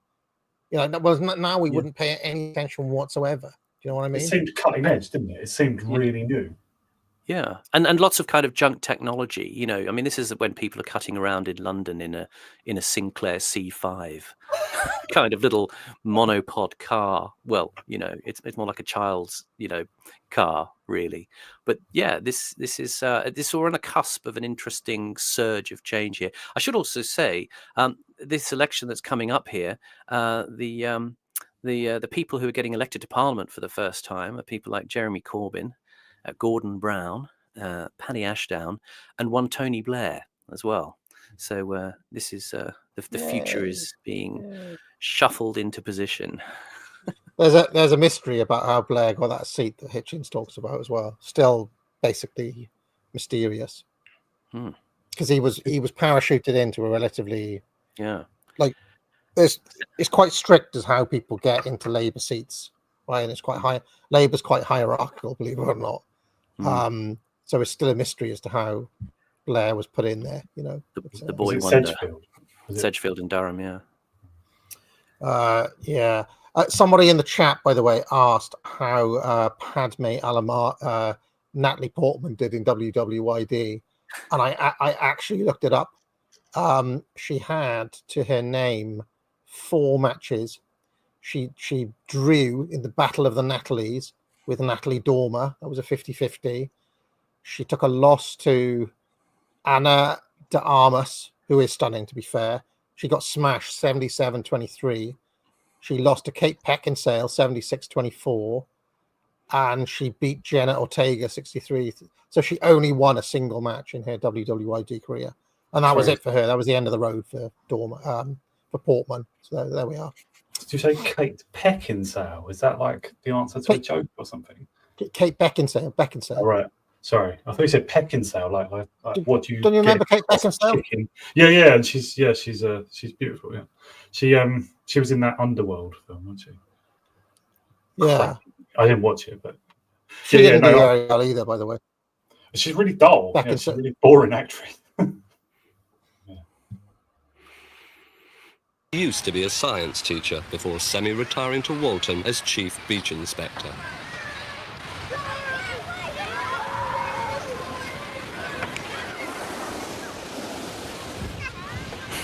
Now, listen, lads, please, when you were jumping off here, be very careful. Leave a space, just a minute, leave a space between the other one in case you jump into it. Otherwise, we're going to have a bad accident. We don't want that for you. So just be sensible. You can jump off here, but make sure that the other one has gone clear first. Tough beach supervisors are usually... I appreciate the input of Mr. Taffy Reese here, because one time when I was on holiday, sort of a campsite in France, I had sort of, made friends as you do with a bunch of boys of the same age. And I went up the water slide, slid down, and they jumped in right behind me. And literally they piled in on top of my head. So I was under the water getting smashed in the head by loads of bodies. And didn't drown, but I could have been knocked out and drowned under the water. Just because these cretins decided to just jump in straight after me. I basically wasn't friends with them anymore. So I agree with Mr. Reese. Well, this is the thing about this character. I mean, people could say, oh, he's just some, bossy old Welsh bloke. He's got a lovely accent, who's kind of wandering around. But I mean, it's actually, there's an element of, there's an element of Curtis here, perhaps, gently mocking people, but actually to have a sort of benign older presence on the beach who's not one of the strange things is that this sort of scene that you just watched there, and I've seen this more having a child myself now, doesn't really have people feel inhibited to tell off other kids. Yeah, right. They feel. I mean, I've told the story before when Mrs. AA, who, how can I put this, can be quite a confrontational character. If somebody pushes in a queue, she'll say something. Or, well, I mean, there's this playground that we have where it's like set in an old graveyard, so there are graves around the outside. I mean, I told the story before. But this little boy started weeing on one of the graves, right? And obviously the missus is not going to let that go. She's going to be, excuse me, you can't do that, Yeah. But there's a weird thing now where if you do that, even in a situation like that, where it's clearly a situation where, this old Welsh dude is not would also have a word in that. And when we were growing up, somebody would have a word. Well, now you'll get like a dirty look from the mother, or they'll feel like they'll come in on defense of the child. So people are very inhibited to have that sort of thing. That's the first thing. And the second thing, I feel like now, do you see this? Like if we go back, do you see where they're playing on there? I feel like it wouldn't happen in some way, or that would be like boarded up or something. That there wouldn't be that unprotected space to play on in the first place. It'd be cordoned off. Yeah. Or it'd be made of plastic or something. It's all like there's a lot of safety around everything. Yeah. And this guy obviously recognized that, look, boys need adventure, and there's going to be an element of danger with that. But that, if you just intervene lightly and say, just be careful what you're doing, that's enough. But rather than just take it away completely, and not give children the opportunity to, they're going to get bruised, but they're going to learn from that as well. In my memory of my generation, I'm about the same age as you, AA, but we would perhaps react to this guy by just sort of not acknowledging him or whatever, but we would hear it as well. We would hear what he was saying. So I like people who do this. He's looking out for them. He's trying to stop them hurting each other. It's good. Yeah.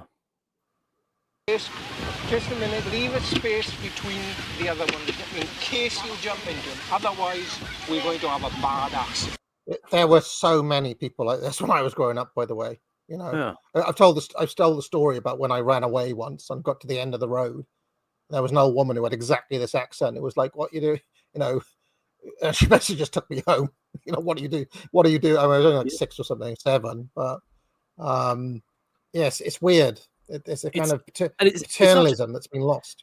It's not just a disciplinary phenomenon. Actually, it's subtly creating relationships with people whereby there's recognition and acknowledgement and an integration, if you know what I mean. If you have the regular characters that you see in your neighborhood, there is a sense of community that is actually active, which is completely missing now.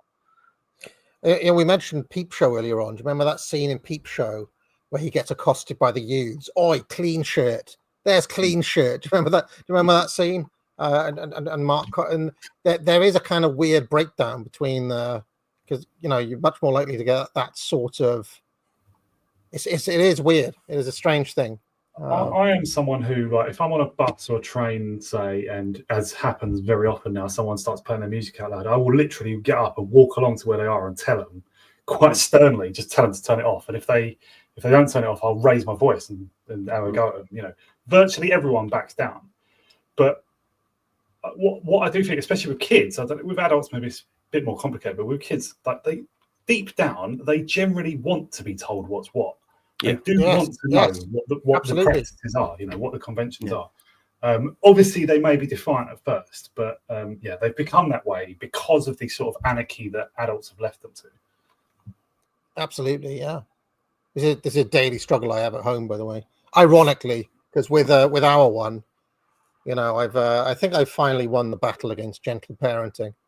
Yeah. Mrs. AA has finally come to the conclusion that my methods are correct, basically. It's like you've said in the past at a grander political level that the 21st century mind can only interpret these things as some form of oppression. Oh, it's bizarre. Yeah. I do think, though, that, like, if there's, I don't know what changes the situation, but if something sort of turns it around and people start getting that habit again of laying down the law or convention, whatever it is, commonly understood practice, common sense, perhaps, it will come back. It's not like that part of our nature has been wiped out. It's that at the moment we're in a particularly unhealthy, sort of lethargic, apathetic state collectively, right? With just a few people trying to keep the rules going. But it's not like we're just in permanent decline. I think it rots from the head down, right? It's that people have observed that politicians are pro-criminal, basically, and pro all sorts of bad things, and against us, and anarcho-tyranny comes from the top, right? If that is changed, you will see good people. Mr. Taffy Rees will come back. Obviously, I'm sure he's dead, but this kind of practice will come back. It is still in people. It's not like it's gone bad, but it's absolutely. But I've seen it with my own little one. Right, if you give them an inch, kids, she's only 5, it'll become a negotiation point. So my tactic is always to say, she'll go like, when I'm trying to get to sleep or something, she'll go like, "Oh, I'm hungry. Oh, I'm thirsty. It'll be some bullshit. Oh, I want to see mummy." And all I'll say is, "Listen, I'm not your mother. I don't care. You have to wait till the morning." Right, and that just that's the end of it, because she knows she's not going to get anywhere with it, and that she doesn't. All of the negotiation tactics stop because there's nowhere to go, because somebody's just said no, you can't do it. And you're a child, you're a 5-year-old at the end of the day. A child isn't born knowing the limits of things, knowing the boundaries of things. They discover it by your reactions, Mediterranean. So. Yeah, and it's the classic conversation that parents need to have with children. You know, whereas I was told, like everyone was told, you know, you're mistaking the family for a democracy, son. It's not a democracy; it's a benign dictatorship. Yeah, exactly. Oh, but I don't want to go to bed. So what you want doesn't matter, love. Yeah. You know. Anyway, let's carry on.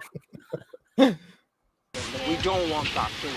So just be sensible. You can jump off here, but make sure that the other one has gone clear first. Tuffy beach supervisors are usually capped, uniformed. Yes. Why are you in plain clothes? Because I prefer to be incognito, so that I can mix with the general public. If they see you are in uniform, the first thing you get will be they don't want you interfering. Right, you've been in the water. Did you like it? Yes. You are. You know that when is it dangerous to go in the water? When the red flag's That's it. You've been told that before. But never mind. Don't go in when the red flag's there. All right.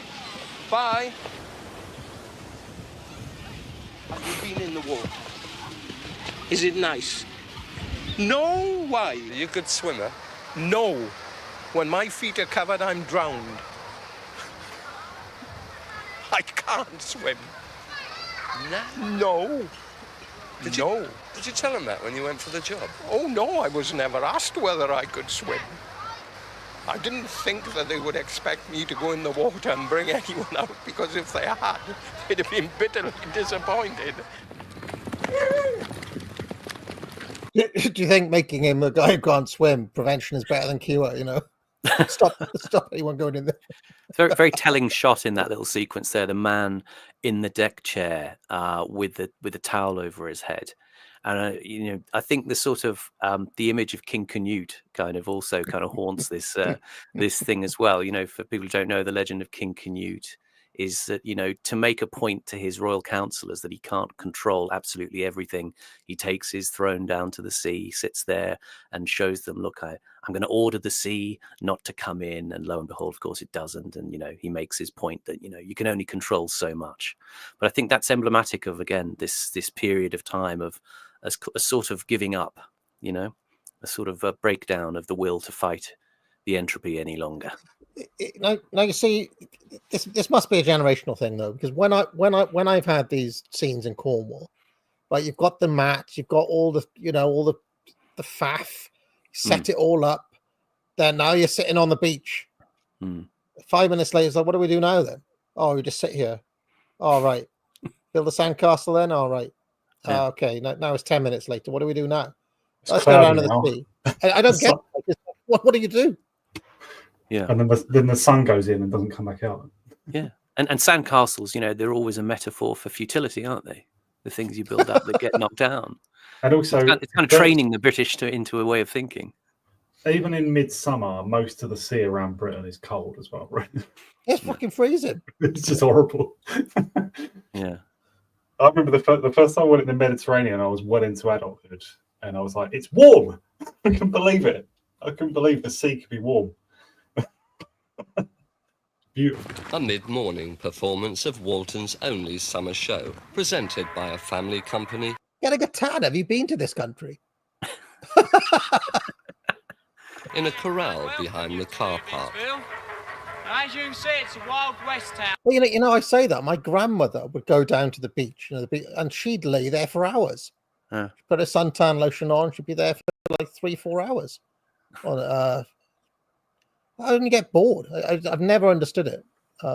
Must be maybe that's me, my postmodern adult brain, you know. Well, that's what I say about the young people are looking on, kind of baffled with a lot of this stuff. If you observe them in this show, in this documentary, it's there. In the 1850s, as all the towns had then, we've got a general store, a jail, bank, and saloon. All the important buildings of the town.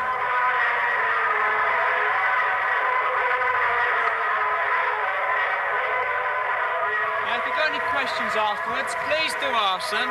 We wouldn't like you to go home and say, I wish I'd asked that question. We don't bite, might shoot you, but we won't bite you. So it can't be bad, really. I'm the one who tries to keep the peace. It's not very easy just lately.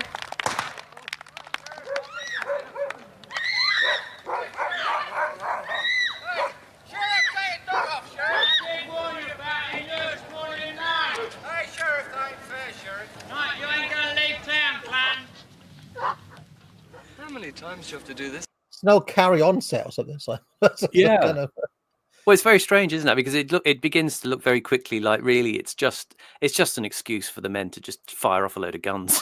Basically, that's the joy of it. But I said last week, that people might want to have a look back at Bowden's talk about Punch and Judy, more of which is going to come up later.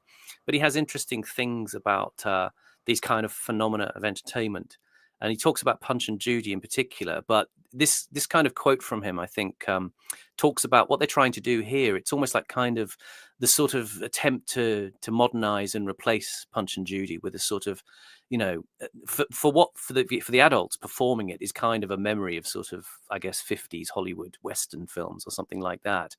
In a sort of very, it's kind of a noble effort, but there's something a little bit, kind of bleak and British about it, and a little bit crappy, just because of the circumstances, but there's something about the energy of this thing of these guys just blazing away at each other that Bowden alludes to when he talks about Punch and Judy, and he says it's a type of pure cardinal performance. It's not intellectual at all. It's completely unmediated. The energy comes straight out of the performer. It comes into the audience and he rips it back out again. They give a lot of energy that he also recycles to them. It's pure theatre.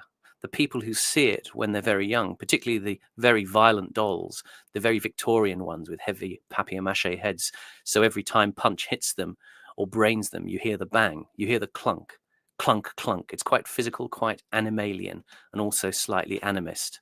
So there's something about this thing of having this sedate seaside kind of experience, sitting there watching these scenes of the Wild West play out. You think of the spaghetti westerns, you think of Sam Peckinpah, this subterranean violence and energy that's being enjoyed by these people. But as I say, you see that sort of the adults are enjoying it and the kids are slightly nonplussed by the whole thing. And of course the poor old dog there is just sort of wondering what on earth is going on. Now, is this an actual lady or is this a gentleman dressed up as a lady? Yeah, is this wokeness gone mad? Simon? Yeah, it's a lady. She's a somewhat tall and lean. I see. I was thinking, when did this guy decide to start his transition? Probably well into his 30s. It looks like this is a family thing, basically. This is the sort of wife, and the daughter there doing the can in a slightly sort of awkward way. The can was particularly dismal, I thought. It just sort of seemed to be showing their knickers off, really. But it's kind of kids watching. But again, I'm not mocking. It's kind of heroic that they're trying, but it's let down by all of the things that the availability of spectacle in the British context is always going to be sort of an emulation of the American to some extent. Yeah. The more that Britain has done that, the more it's kind of lost itself, or maybe it lost itself first and then tried to make up by copying. But for me, like going to the seaside and then at the seaside going to see a Western show is just strange. Well, that's actually a thing that Bowden criticises in that lecture. He talks about hating the corporate culture that produces the Madonnas and the kind of American entertainments, whereas this is the Punch and Judy that he talks about is much more folkish and traditional. Culture, I found, as a little kid, I found Punch and Judy absolutely horrifying. It was frightening. It was like they've got hideous faces. Yeah, they're married, but they hate each other and try and kill each other. And very realistic. And you used to hear the clonking of the head with the rolling pin on the head and stuff. Yeah, it was mad. I'll be me tonight. That's the way to do it. I find it funny now, but it was scary when I was a kid. But that is part of it. I mean, it's probably reflecting a lot of people's families back to them, and it has got a sort of cartoonish savagery about it, as you see. I mean, they kill each other, don't they? They try and kill each other. Yeah, yeah. I mean, today it would just be classed as domestic abuse, wouldn't it? And back then, it was just normal sexual relations between men and women, consecrated by marriage. Today, roughly 8 or 9. After 599. Since we opened.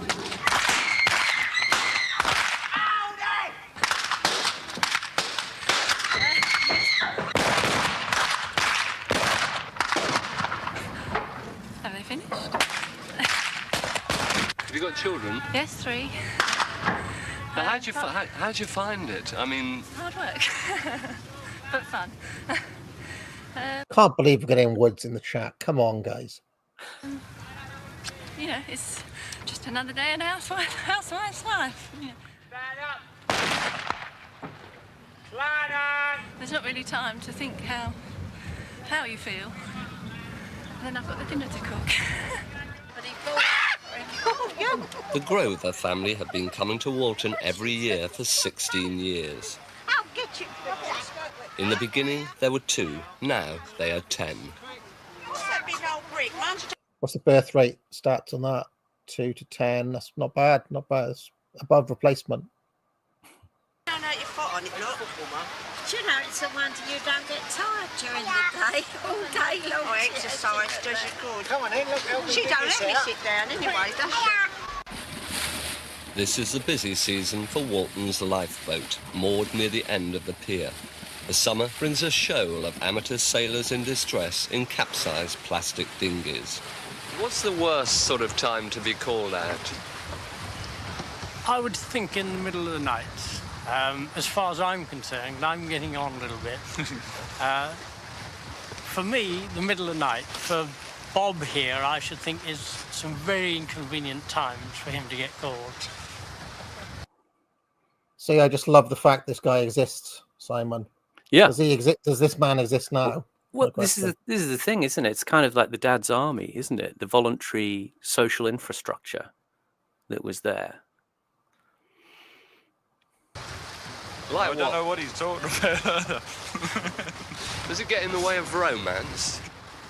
Yeah, well, naturally it does. I mean, let's Pause. face it, you're on 24-hour...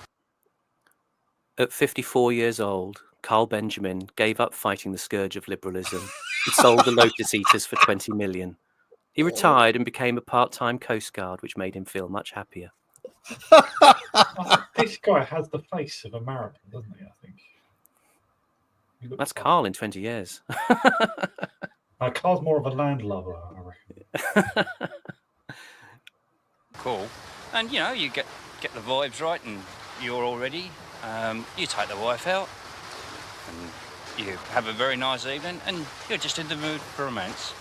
You get home and you're all organised and, you know, you start to get amorous and bang, away goes the maroon and, you know, you got a decision to make. Which way do you go?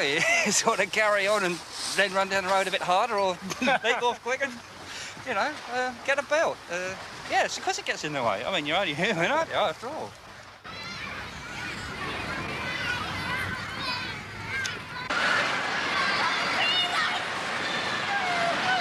Jimmy Andrews, king of the Twister, used to be a clown. Jimmy gives customers... Sorry. Sorry, it's just that sentence is very funny. When you see his face, I mean, you will laugh as well. He's tombstone face. value for money by throwing in his speciality act for free. For him, it's just light relief, although by rights it should carry a government health warning. Oh.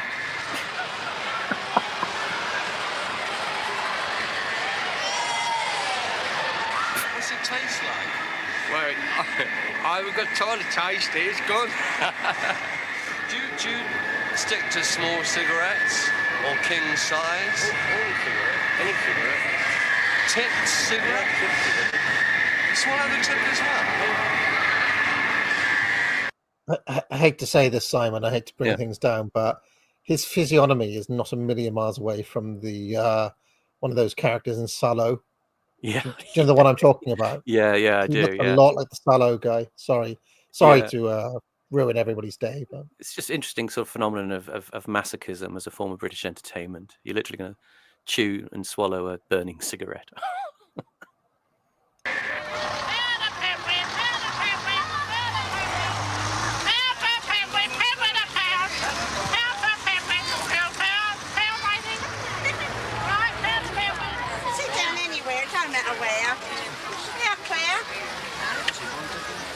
Your big owl. Look, Lisa. Oh, where's the big owl? Clear. Here she can't do the same crossword. Where you been, Reg? Buying up the town? is that another Welsh family? There was a little Welsh flag there. Sort A lot of Welsh in this town. No, they seem of the area, London. That was a Welsh flag there, though. That was a Welsh flag, wasn't it? Yeah, there's a Welsh flag, but probably because it's got a dragon on it. It looks cool, you know. It is one of the best flags. It's one of the best flags in the whole world, right? Oh, absolutely. They're building a Marcher castle, you know.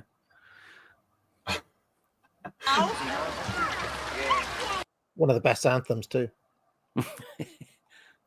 One of the proudest days of my life. McDonald's scholarship, Millennium Stadium.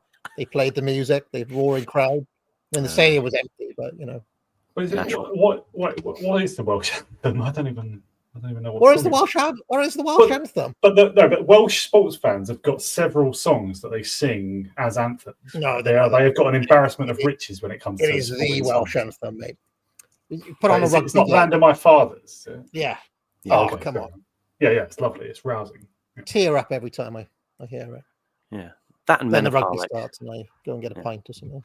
Yeah, Men of Harlech's another one, but also the Welsh sports fan fraternity has terrific repertoire of other songs as well, and a great habit of singing together, that nobody else. You know, for some reason, it's a small country, but the Welsh sports stadiums, they excel in song, don't they? You know. Yeah.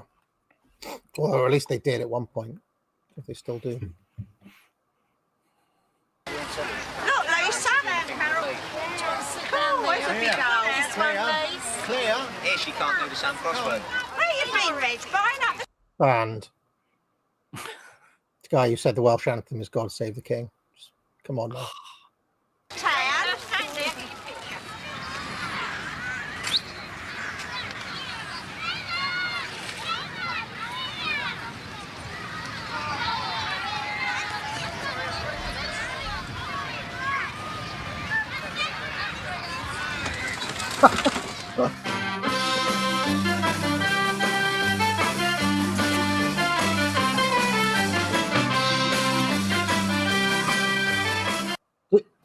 See this guy on the keyboard here. Yeah. A couple of years back, I found out that there was an old man who still goes around pubs and stuff in the town I'm from, and he still went in, like he must be in his 80s or something, with a little old keyboard playing those sorts of tunes, and they'd still hire him, and he'd still be there in the corner playing that. I don't know if he's still around now, but about 4 or 5 years ago, pre-COVID, he was still about, that guy.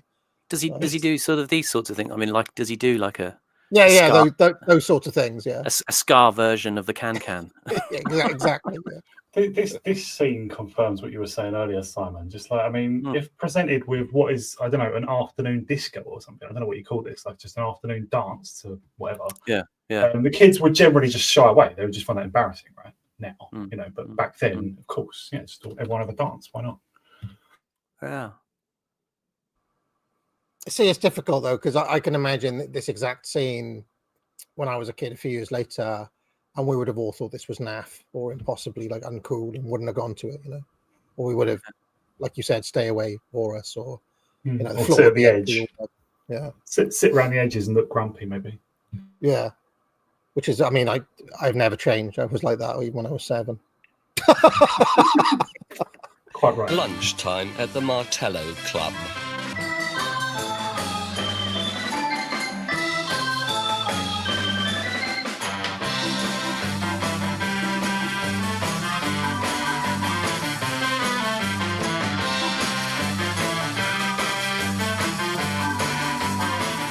Brian and Charlie, the resident entertainers, encourage holidaymakers to get up and do a turn. This one has lost its glory. Let's start a brand new story now, my love. Oh no, not me.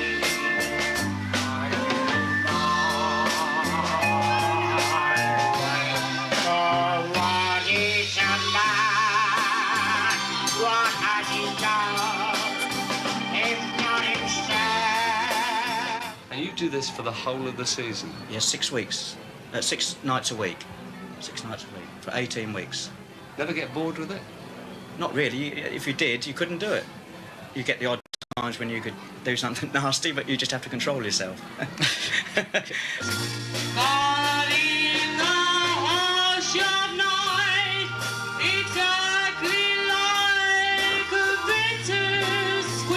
Is that the cowboy girl in a normal? Is that the Oh. same girl from earlier? Or is it Oh, different? I don't know. Could be. Think that. Do you sort of dream of going on to bigger things? Do you want to do that? No way. No way at all, no. Better keep on a steady level right through your life. It's the same with anything. If it's a job or a career, anything you like. If you're a musician or a bricklayer, keep on a steady pace. I've seen too many people go up, but they come down as quick. So if you keep on a steady level, you get a contented mind. That's my philosophy anyway. You know, we're very well known in East Anglia and the Suffolk area, but we can go away, you know, and enjoy our holidays without being known. You still get the adrenaline flowing doing this sort of thing as what you would if you were on the Palladium or Las Vegas. You know, that adrenaline thing, and you see people enjoying yourself like that. Ace. Can't beat it. Pause. There's something I sort of agree with about that, actually. That you know, wherever you're performing, you know, you can orientate your career towards fame and adulation if you want. But I suppose if you simply enjoy what you're doing, it sort of doesn't matter, you know, when you're being, you know, creative in that kind of mode. And the interesting expression of a kind of plain sort of, you know, philosophy from the Shire there, you know, it's better to keep on a steady level throughout life, you know, that way you have a contented mind. Something very British about that in a way. The opposite of yuppies as well, right? That guy with the tash, by the way, has got a very familiar physiognomy, and he actually reminds me of a guy who used to be on the Lee and Herring shows called Peter Bainham. Peter Bainham, that's what I thought. Yeah, and I actually looked up Peter Bainham, and here he is with a moustache. It's the same bloke in it. Look. Yeah. It's very, very Welsh. Peter Bainham got in on some quite big movies, didn't he? He co-wrote the Bruno and Borat films, I think. Did he? Yeah. Good for him, I guess. Yeah, I immediately thought him as well. I thought, is his dad or something? Oh shit! I've accidentally slipped due to Peter Bainham. Hold on.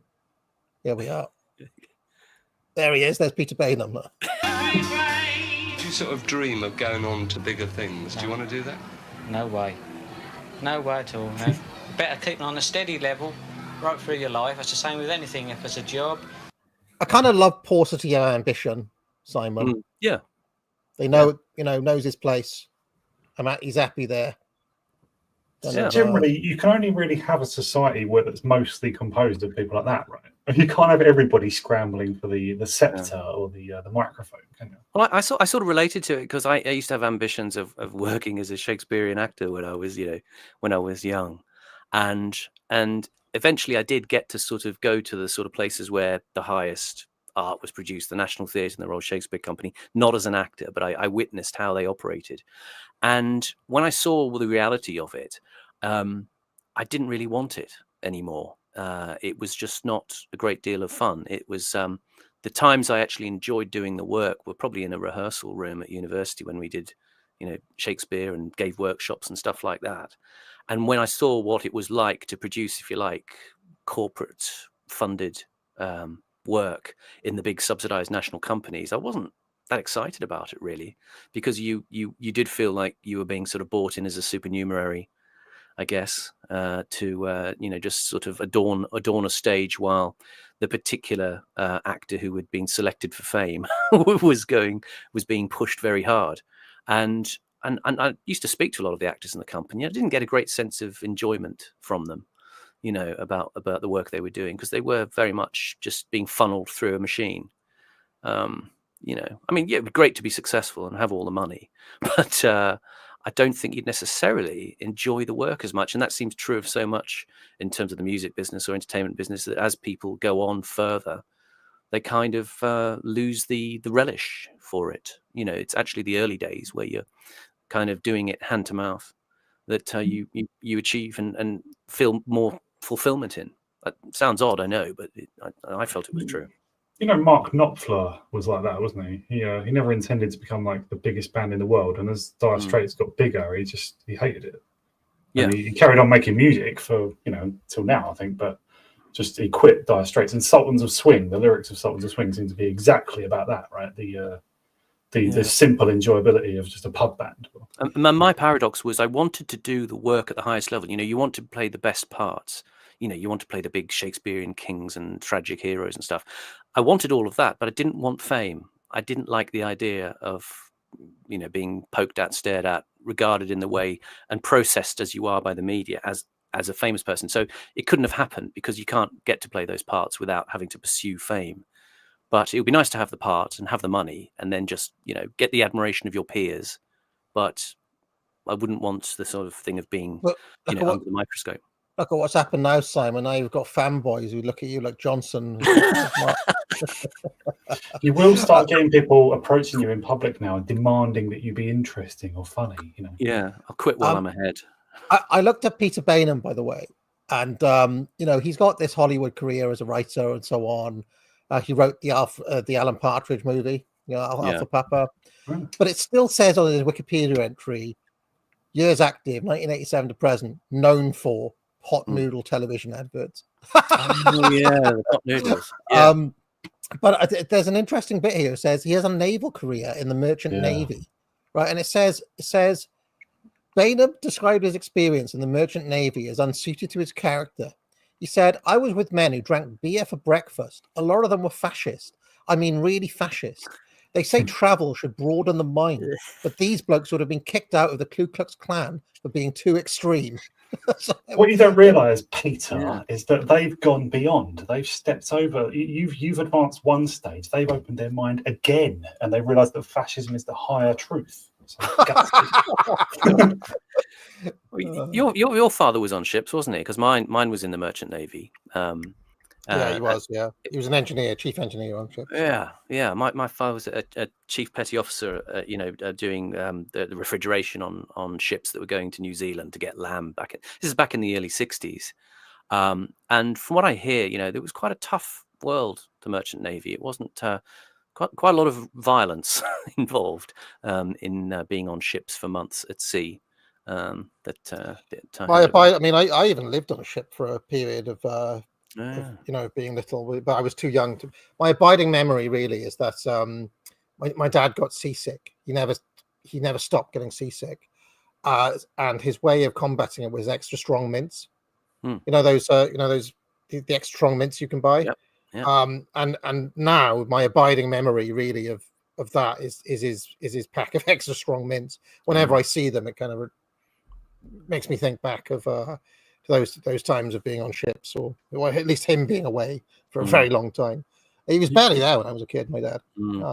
Same, yeah. Do you mean the mints that would be in like a tin with some paper, like some? No. I mean the tree ball, green and white. The green and white tube. Yeah, they come in a tube. They still sell them, I think. Yeah. And they're hard. It's like a hard mint. Yeah. I remember. No, I was thinking of Curiously Strong Mints. It's a different brand. Yeah. The other thing my dad always did, those boiled sweets that you can get in like, you get them in a tin. He'd always have a pack of them in the car as well. I think he still has them. I don't. Not Fisherman's Friend. Not Fisherman's Friend. Those like they're horrible. They come in a tin. It's like a old-fashioned boiled sweet in a tin. You can buy them in like petrol stations and things like that. Yeah. Like mixed fruit drops or whatever. Dreadful for your teeth, obviously. Yeah. He never even had that. You just said he always had a tin of them. Never actually saw him sucking one because he doesn't. My dad's one of those guys who doesn't like sweet things. Like he always doesn't have dessert or doesn't like. So I don't like sweet things. He always says so. Anyway, let's carry on. Or a career. Travel sweets. That's it. Travel sweets. Anything you like. If you're a musician or a bricklayer, keep on a steady pace. I've seen too many people go up, but they come down as quick. So if you keep on a steady level, you get a contented mind. That's my philosophy, anyway. We're very well known in East Anglia and the Suffolk area, but we can go away, and enjoy our holidays without being known. Still get the adrenaline flowing doing this sort of thing as what you would if you were on the Palladium or Las Vegas. you know, that adrenaline thing, and you see people enjoying yourself like that, ace, can't beat it. Do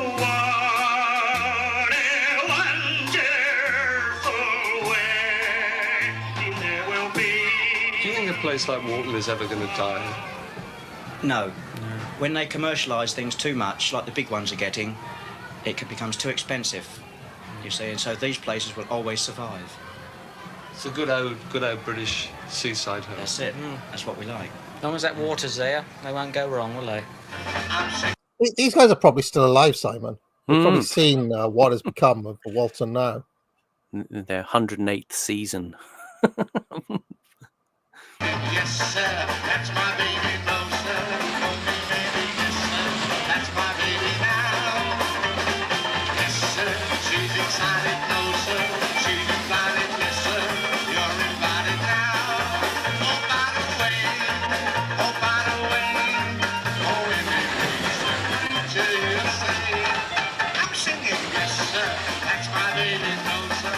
Oh, baby, yes, sir, that's my... Do you think Vic Reeves did great damage to the traditional club singer with his impressions on Shooting Stars? Or do you think in his own strange way he kept it alive? I've always thought that Vic and Bob are interesting characters in a way, because they hark back to a lot of this stuff in their material, kind of keep it going in an odd way. Yeah, there's an odd sort of preservation through mockery. You know, really, it's often the case with things like parody that the best stuff is done by people who actually genuinely love it. Yet they love the source material. I seem to remember Vic and Bob had this weird kind of side series they did set in an old club or something. Yeah, it didn't go long, and there was like a really kind of outlandish Chinese accent that one of them did in it. I think that was a sub sketch in like Vic and Bob's, like The Smell of Reeves and Mortimer or something. It was like the I club. think it got like rolled out. I think it got rolled out into its own little series for a while. I could be wrong about that, but because I remember Thursday night at the club is erotic night. Yeah, exactly.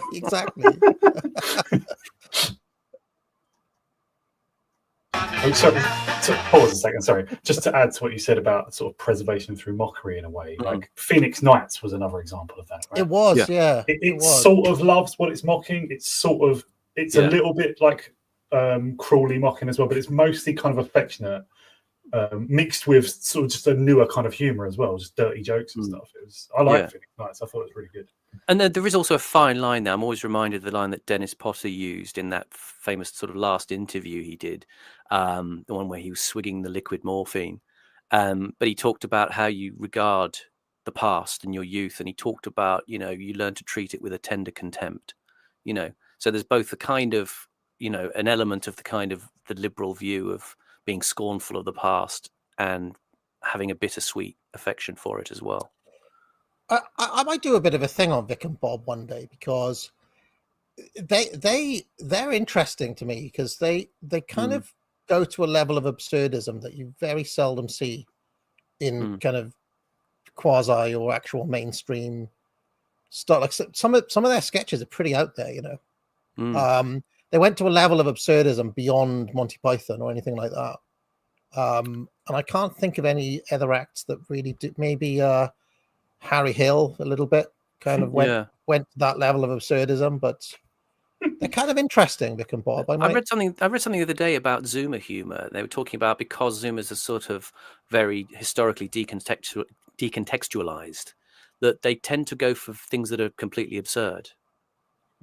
Don't make sense. Am I imagining this, or during COVID, this kind of happened on the edges of my periphery, but I wasn't paying any attention to it? Didn't Bob Mortimer become like huge doing like his own YouTube stuff? Am I imagining that? He did the fishing show, didn't he? No, like I think he did his own. Like during COVID, he was bored and started like making these little bits to camera. Yes, and they became like a hit among I think that's true. I think he also maybe had just survived cancer or something as well, which helped. Heart attack, I think, as well. Right, yeah. He like nearly died, and that was part of the story. I think that helped as well. And obviously everybody was watching online stuff for that year or whatever. I remember Rob Brydon. They're both very funny guys, I think. But... I used to think Fist of Fun when I was about 16 was hilarious. It was not Fist of Fun, sorry. Shooting Stars. Sorry, Shooting Stars. Shooting Stars was brilliant. It really was funny. good. Like, it was, and mainly for the daftness. There was no satire in it. It was like ludicrous, ridiculous jokes completely out of nowhere. Like, it was really funny. Again, it's similar to that thing that Bowden says about, this is not intellectualized. This is just a kind of chaotic energy. I mean, he's from down the road from where I'm from. He's from Middlesbrough. And again, that's something about the Northeast, especially. The sort of humor isn't highly constructed and calculated in the way, the sort of someone like Armando Iannucci might, try to affect a kind of image of spontaneity that's very highly curated. In the Northeast, I think there's much more tendency towards a sort of a local sense of humor, which is kind of obstreperous and absurd and anarchic, that he captures. I seem to remember that at one point, Vic Reeves' wife was on like one of those kind of wife swap type things, or come dine with me or something. And Vic was there because he just lives with her. But he didn't say, he kind of like lurched about like a weird butler or something in a kind of mute performance. Yeah. And it was just like a normal episode of Come Dine With Me with Vic like skulking about. It was very odd. He's an odd character. They're both very strange characters. I might have to see what they've been up to in recent years. But anyway, let's carry on. Are you coming down the water, Claire? Yeah, Carl. No, I've got to tuck my frock up, or I'll get it all wet.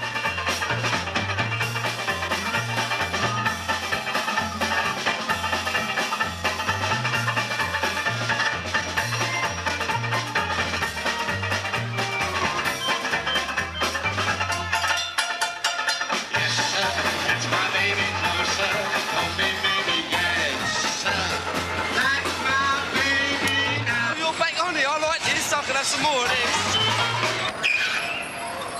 Watch out, these machines can be dangerous. When he isn't chatting up, Barry is totting up the numbers who come a cropper in the cars. They all end up on his secret hit list. All that, it's Easter. Now we got one column for the dead. What? We got one column for the dead. Dead people. If anybody dies on the track, then we can cook that one up. The other one, that column there, that's for the amount of injuries so far. We've got one column for blood, how many people split their mouths open, knock their teeth out, crack their knees, break their noses. Whoever see it, writes their name down. We've got one column for hospitals, so we got, I think it's 8 people so far, no, 6. 6 people in hospital, and one lot for teeth. We've got 8 people of them. That's bloodthirsty. Nah, of course it ain't. Just having a good time. I mean, if they can't hack it with the cars, that's their fault. I mean, if they want to get on, they're going to get hurt. Right, are we all here now? Yeah. So what I want you to do, when I say go, shout out as loud as you can, we want Punch and Judy. Will you do that? Right, ready, steady, go!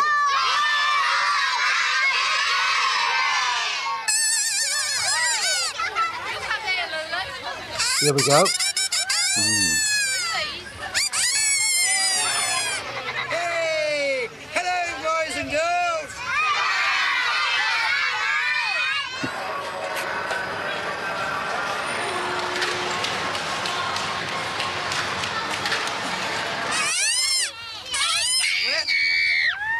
No, he isn't!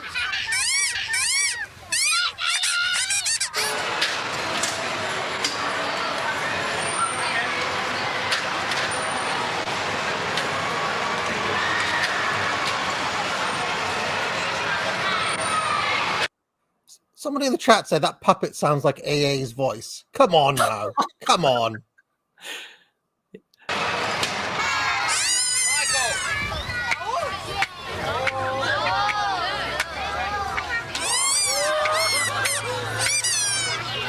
Where's my sausages?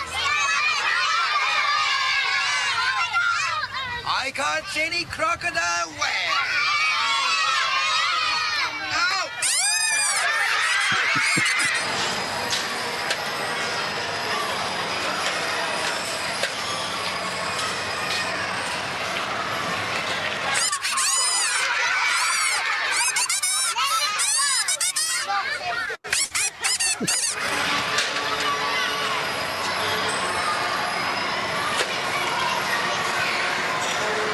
How long do you think Curtis was there to catch these sorts of things? I think it's interesting because I think he's using the image as a bit of a visual metaphor here, because I think this runs throughout this documentary. This fading Britain. This is Britain punching above its weight, trying to and contrasting it with these scenes of the crocodile with punches, nose trapped in the crocodile's mouth. Someone in the chat said, "How did these people take over 2/3 of the world?" There's something very, very interesting about this. The savagery, though, in the Punch and Judy show. That again, Bowden goes into it really, really interestingly. He says the crocodile is a relative of the dragon, which existed in the mystery plays of the Middle Ages. And he talks further about this sort of viciousness he talks about the children going wild for this kind of stuff. It's literally the creatures from the id are being released when you're doing these Punch and Judy shows, and you're getting to this essential savagery of little kids. And he says that type of energy, which is dimmed by television, dimmed by the collapse of vaudeville in our culture in the 1950s. And he goes on to reference Laurence Olivier playing the entertainer, in the play by John Osborne. The famous line where he's talking about, I'm dead, I'm dead behind the eyes, and he mentions how one of the responses from the audience is somebody saying, God, this isn't much fun, is it? But he says Punch and Judy is a lot more fun and a lot more grotesque and quite dangerous. The endless prohibitions which have been put on it, church prohibitions, liberal, state and materialist prohibitions, entertainment license prohibitions, you don't see it very much at the Seaside now. Do they still do Punch and Judy now, like in 2025? Still going? Yeah, I don't know, but I think he talks about it being kind of flattened, and the context being changed and it being sort of, de-radicalized in many ways. They'll change it so it's not quite as vicious, or they'll if they change put on the Punch name. and Judy now, do all the kids in the crowd go, mate? Do you remember that Sadiq Khan thing? Yeah. Mate. Yeah, I mean, and Bowden goes through it. I mean, he talks about, in traditional Punch and Judy, the foreigners are always ridiculous. Well, I mean, that's going to be out, isn't it? That kind of stuff.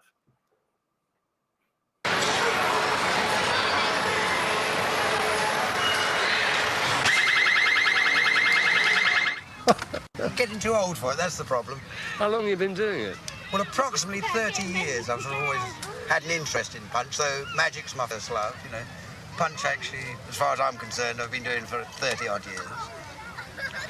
Did you actually make up the script, or did you? Though I personally learnt it from an Arthur Bullivant that worked this particular beach. He was a grand old gent, as far as Punch and Judy was concerned. In those days, they were known as professors. And actually, he had entertained the queen that is now and her sister when they were both the princesses. And he had photographs which he had shown me where he was sort of sitting with his Punch figures, entertaining the two princesses who were sitting in the front row on upright chairs, in the grounds at Buckingham Palace. Also, how much longer?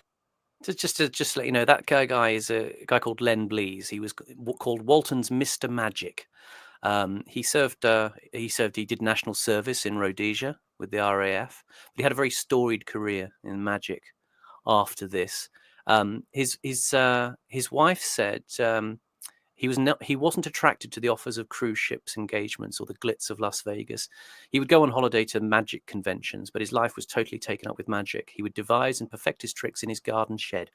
He was always happy to help other entertainers, offering advice to advance their performance techniques. So again, he's this idea of the man just finding his niche, sticking, as it were, in his lane, so to speak, and that is not a pejorative. Are you going to go on doing it? I don't know. The way I feel now, about 10 minutes I should think I should make. With a kiss of life, I may even go up for 20 minutes. Ship in distress. Let me see. They got their life back. They have to jump in, don't they? They might do, mightn't they? Go on, they're running.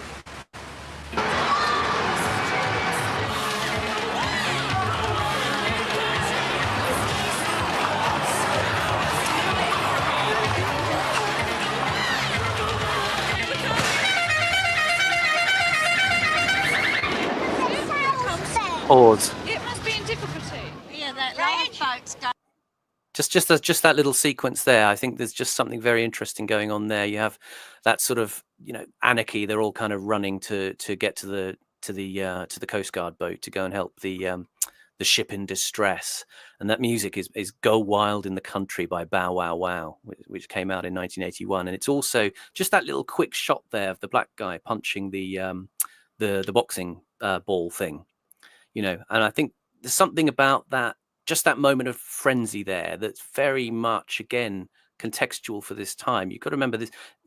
In 1981, you've had the year of riots. You had the Brixton riots, Toxteth and Handsworth, Moss Side, Chapeltown, where it was seemingly, at least in review, driven by the tensions with ethnic communities in the UK in the inner city. And you had the Scarman report that came out of that, which then changed policing from them on in. So you had that brief image of that kind of rush and anarchy and violence just in that little sequence, which I think is just kind of relevant to the sort of the wake and the aftermath of that sort of social upheaval in the cities that happened. Now I reckon they'll be out as a yacht in distress the other day. Yeah, I reckon it's gone right that way, look. Yacht capsized the other day. Did it? Is that what it was? It goes out there, it goes from the end and along there. Yeah. Nobody's got a lesson. Wonder what it is today. Don't know, we'll have to try and find out when we go up the top. And the lifeboat, which is a little one, is going out to it. Perhaps there's somebody on there queer. If I had the money, I'd like to buy a brand new Escort. Well, what's wrong with the Fiestas then?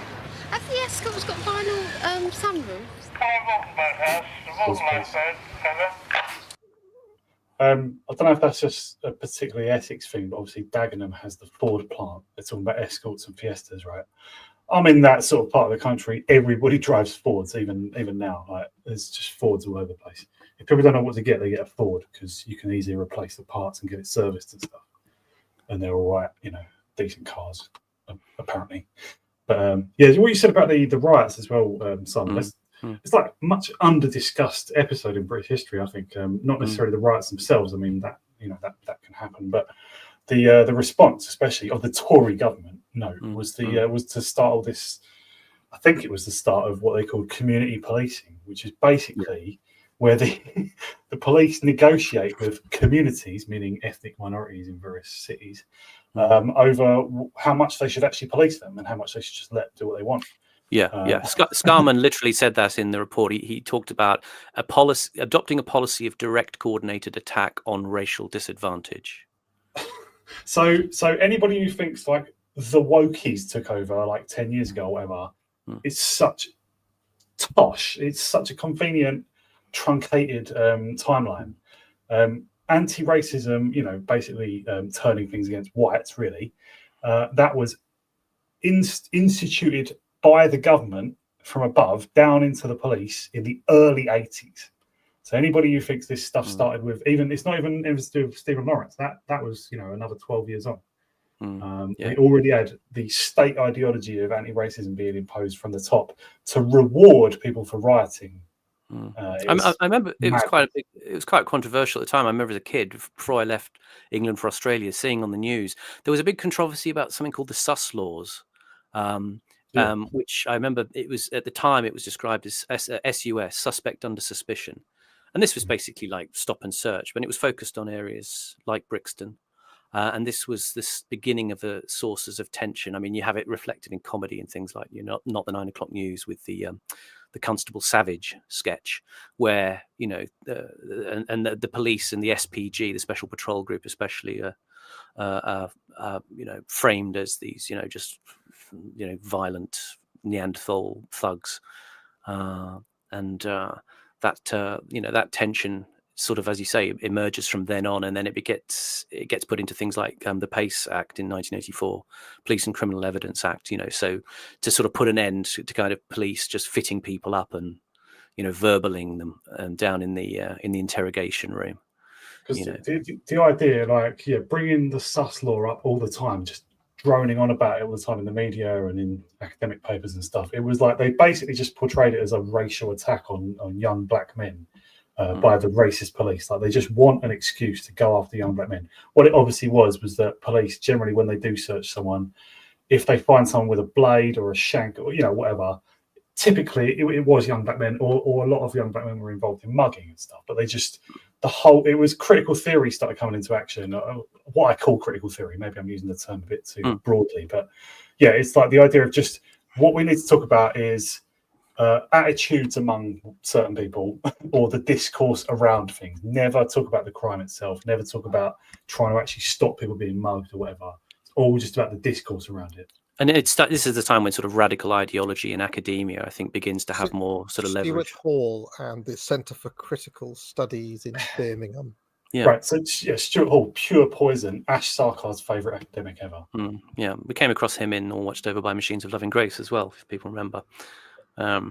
Just a side note as well, by the way, a Ford Escort in 1983 would have set you back £3,000, or if you wanted the 5-door hatchback, it would have been £5,000.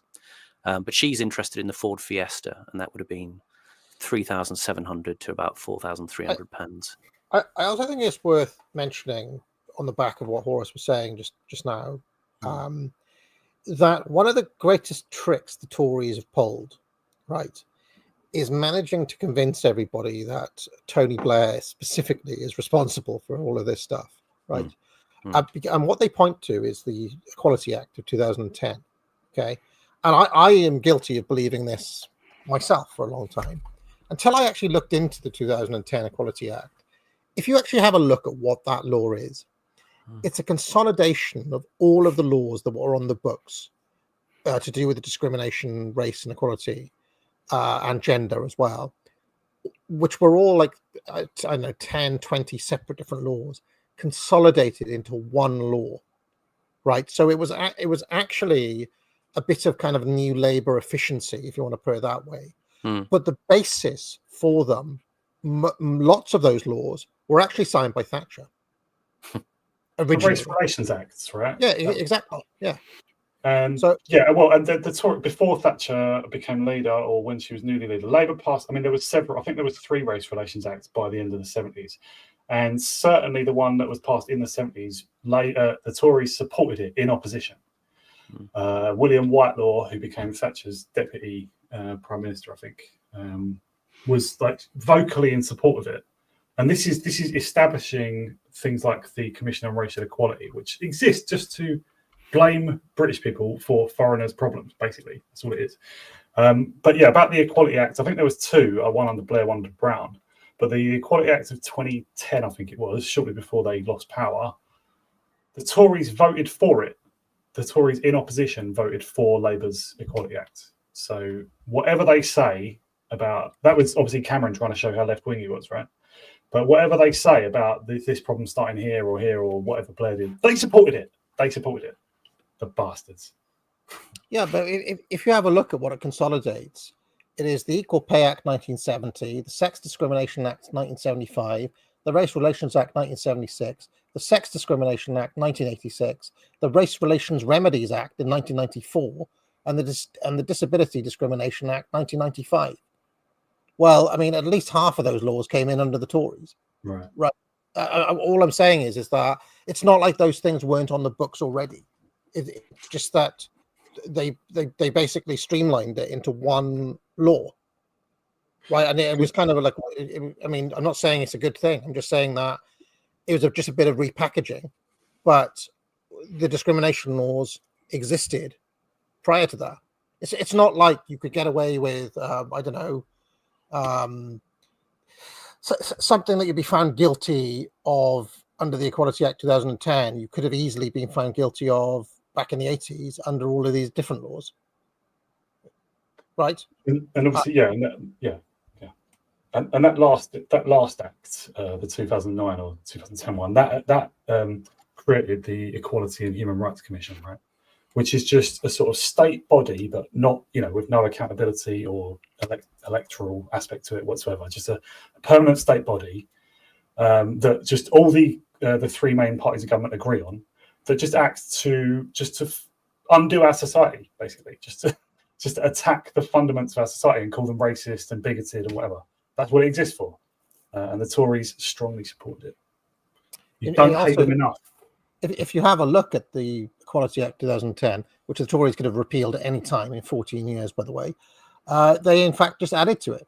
They amend it in all sorts of different ways and just add bits to it. Like, for example, the Same-Sex Couples Act of 2013, the Marriage Same-Sex Couples Act, created an emendation within the Equality Act, so that that comes under its remit. They then added the Public Audit Wales, the mobile homes, the School Standards Organisation, antisocial behaviour, bishops and priests, care. I mean, this is basically the Tories adding to it all the time to make it responsible for more and more and more areas of life. And all of that happened in the 14 years of the Tories. So. Just a week or two ago, when there was that thing issued by the Sentencing Council, which everybody suddenly discovers that's another one of these state bodies that it's got no oversight, no accountability whatsoever, right? Apart from obviously it could be shut down by the government, but they choose not to shut it down. People responding, going, well, actually, I'm talking like centre right softy, the critic type, Gawain Towler types, right? Just saying, we could maybe challenge this under the Equalities Act because this actually discriminates against white people. It's like, shut up. What?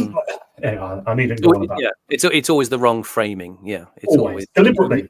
Yeah, using the enemy's own premises to try and plead your case when in fact you should be overturning and repealing it. Oh, Walton Lifeboat Boathouse. Can you give me an update, site rep, on this over? Yes, she's a Thames sailing barge. She's got a broken topsail, broken rudder, on anchor, veering a lot from side to side.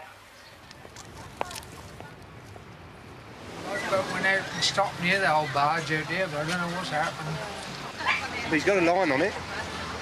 It's in port now. Do you have a car without a vinyl roof now? Nah. I'd rather have on a roof with a sunroof. A sunroof, you think they're best? Yep. The lifeboat is now towing the barge by the looks of it. I don't know what the problem is with the barge. I wouldn't like to be on the boat anyway. We shall be towing her into Harwich Harbour. It's going to take us something like 3 hours to get her there. I see, right, well, I think we'll settle for a Fiesta. Good. Soon as you're fine. Amazing grace, how sweet the sound that saved a wretch like me. I once was lost, but now I'm found. Was blind, but now I see. Good afternoon to you. We've come this afternoon to share just briefly with you something of the message of the Lord Jesus. We're going to sing 1 or 2 choruses that we've got here up on a board. And if you'd like to join in, well, please feel free to do so. Thank you. Pause.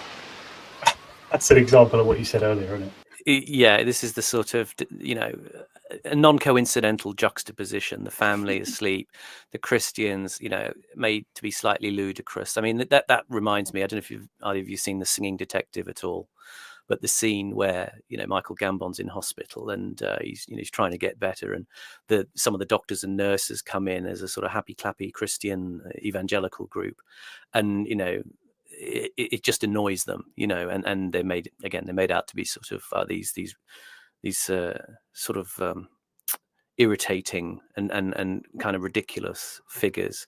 But that's part of the tension in this documentary. It's they're annoying the public space, these Christians with their songs, because this public space, if you like, it's sort of a refuge from home for the working class people who are coming here to escape a kind of urban stagnancy. And it's sort of an eternal clash in Britain. There's a constriction of leisure options for people. So what they want is to go to the beach, and it's going to be maybe a bit boring, but it'll be the same. It'll be in non-intrusive regularity. It's not going to be predated upon by these kind of spheres like the government or the church or anything like that. Sorry, Horace, go on. No, and I agree. You associate the church with authority, seriousness, obligation, putting a downer on things. So it doesn't fit with the holiday escapism. Yeah. But I noticed this was a Baptist church. They're a little bit more You know, they're a little bit more fundamentalist, aren't they? They're a bit more. Yeah. Baptists won't baptize you until you're an adult. It's very serious for them. Yeah, but I think this is a Curtis feature. He's capturing these little, as he does often, these little emblematic scenes where the people in them are participating unconsciously. I mean, it's just the way he's cut it together. Yeah. But the participants sort of, you know, I mean, literally these people are all slumped asleep, you know, literally backs to the wall, you know. It's, again, this sense of a British sort of resignation, you know, building the sandcastles, they get knocked down. It's the erosion of these habits. The tides are coming in, you know, in the wake of the violence in the cities, you know. It's all kind of visual poetry, a metaphor to convey something at a level that you're not necessarily directly fully aware of, but if you think about it, it's provocative.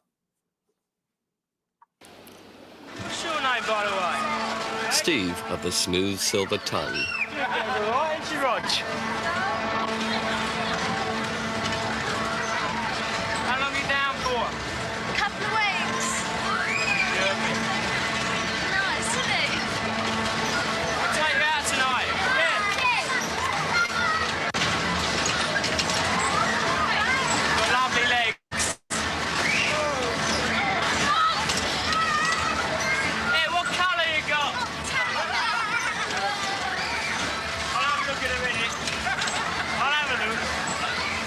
But I can't see them.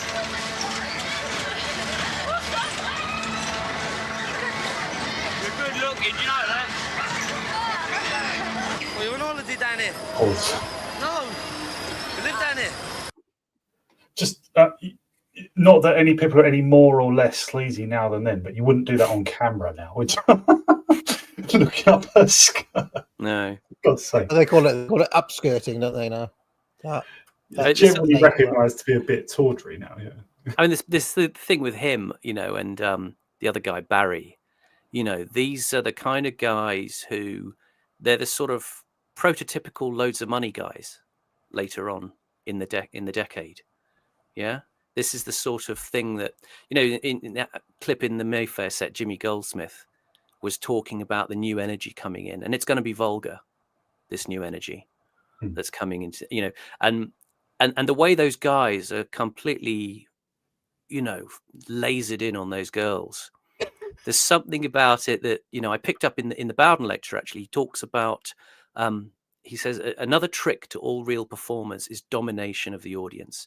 You have to be up there and they're looking at you.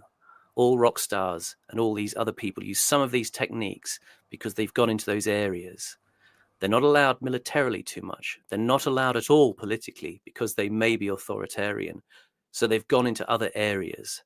You can never destroy anything. And he talks about Punch in the Punch and Judy show. Punch is a character who can never be destroyed. The grotesque energy. And Bowden says, all you can do is displace it.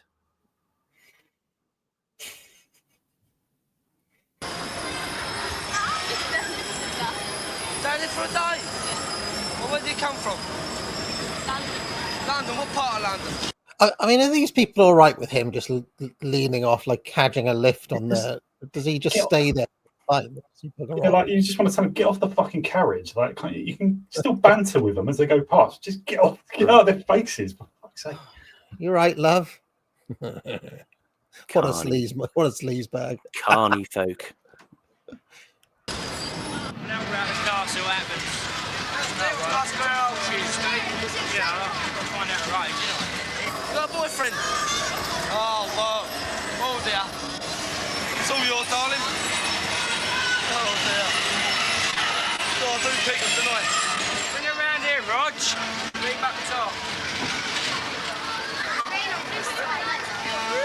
Lovely chest, isn't it? Oh, shut up. Who's talking to you? Look at that. How old are you? 14. Ooh, 2 years too. A bit risky, isn't it? Yeah.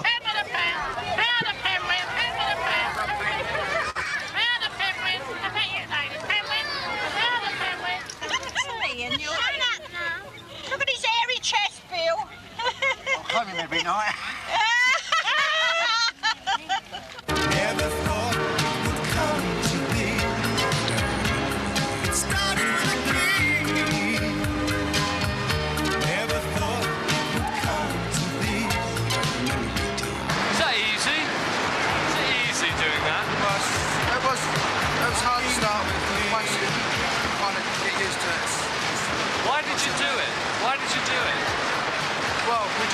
tea, and if you wait till the ride stops, the tea gets cold and they start moaning a bit. Mind your trade, love. That's it. I always have to be mum. That's it. Don't burn yourself, you darling.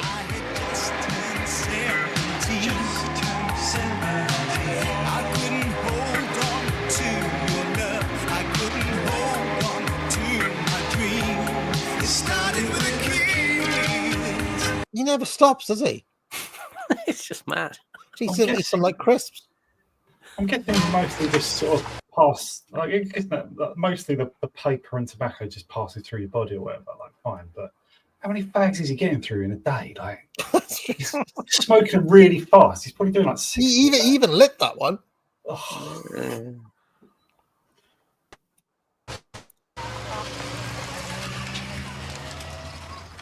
Val Burrell has been cleaning the ladies for 21 years.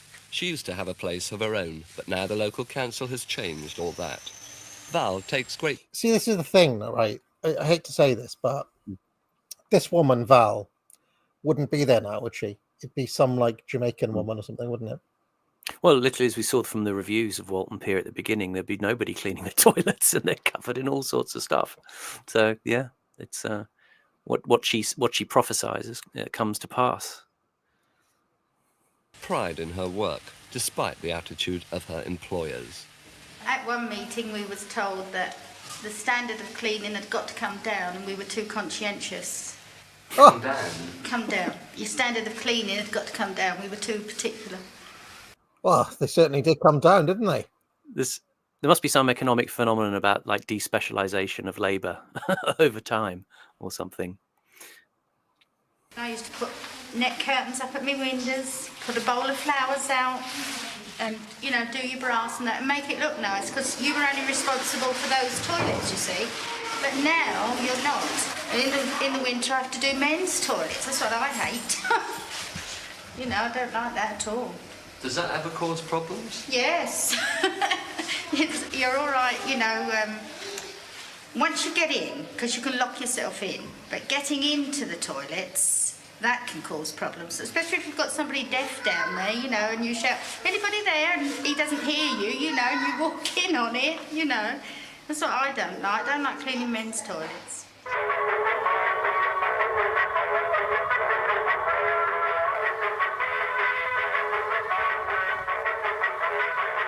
For him you your life, to him he has conquered death, he is king of kings. Accept the joy which he gives to those. We finished. No, he's got something else he wants us to do, but he don't know what. We're going to pack up in a minute. Oh, great. Oh, what have they done to you, Grandad? Can't you get out, Grandad? Claire, that tide's coming in. Grandad will get drowned in. She don't care, Rich. He's buried her right up there just now, and she don't mind. No.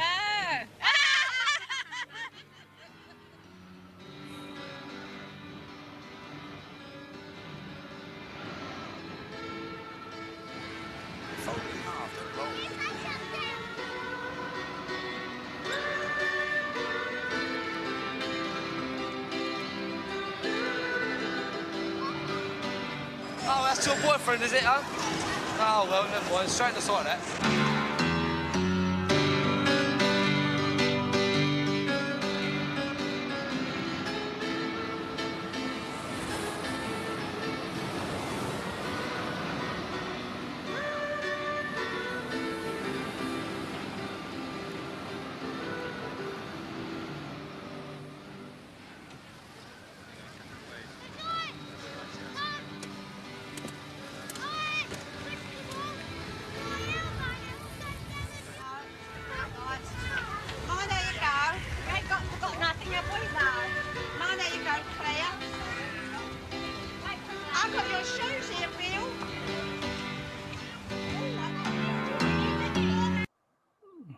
There you go.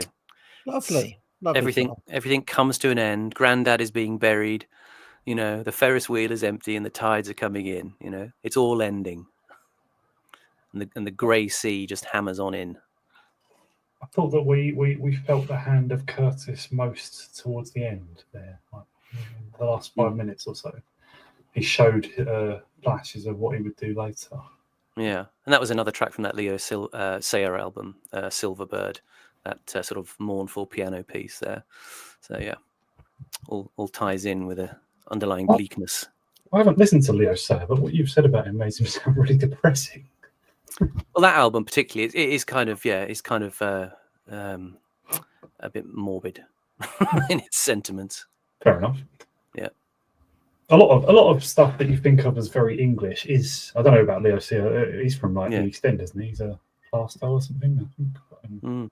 I mean, melancholy perhaps is a better word. Melancholy, yeah. A lot of, whenever a lot of things that I regard as like noticeably English are melancholy. I think of Clockwork Orange. I know it's a bit of a fantasy or sci-fi, futuristic, but Clockwork Orange always struck me as very English, and it's like really bleak and horrible to look at. Yeah.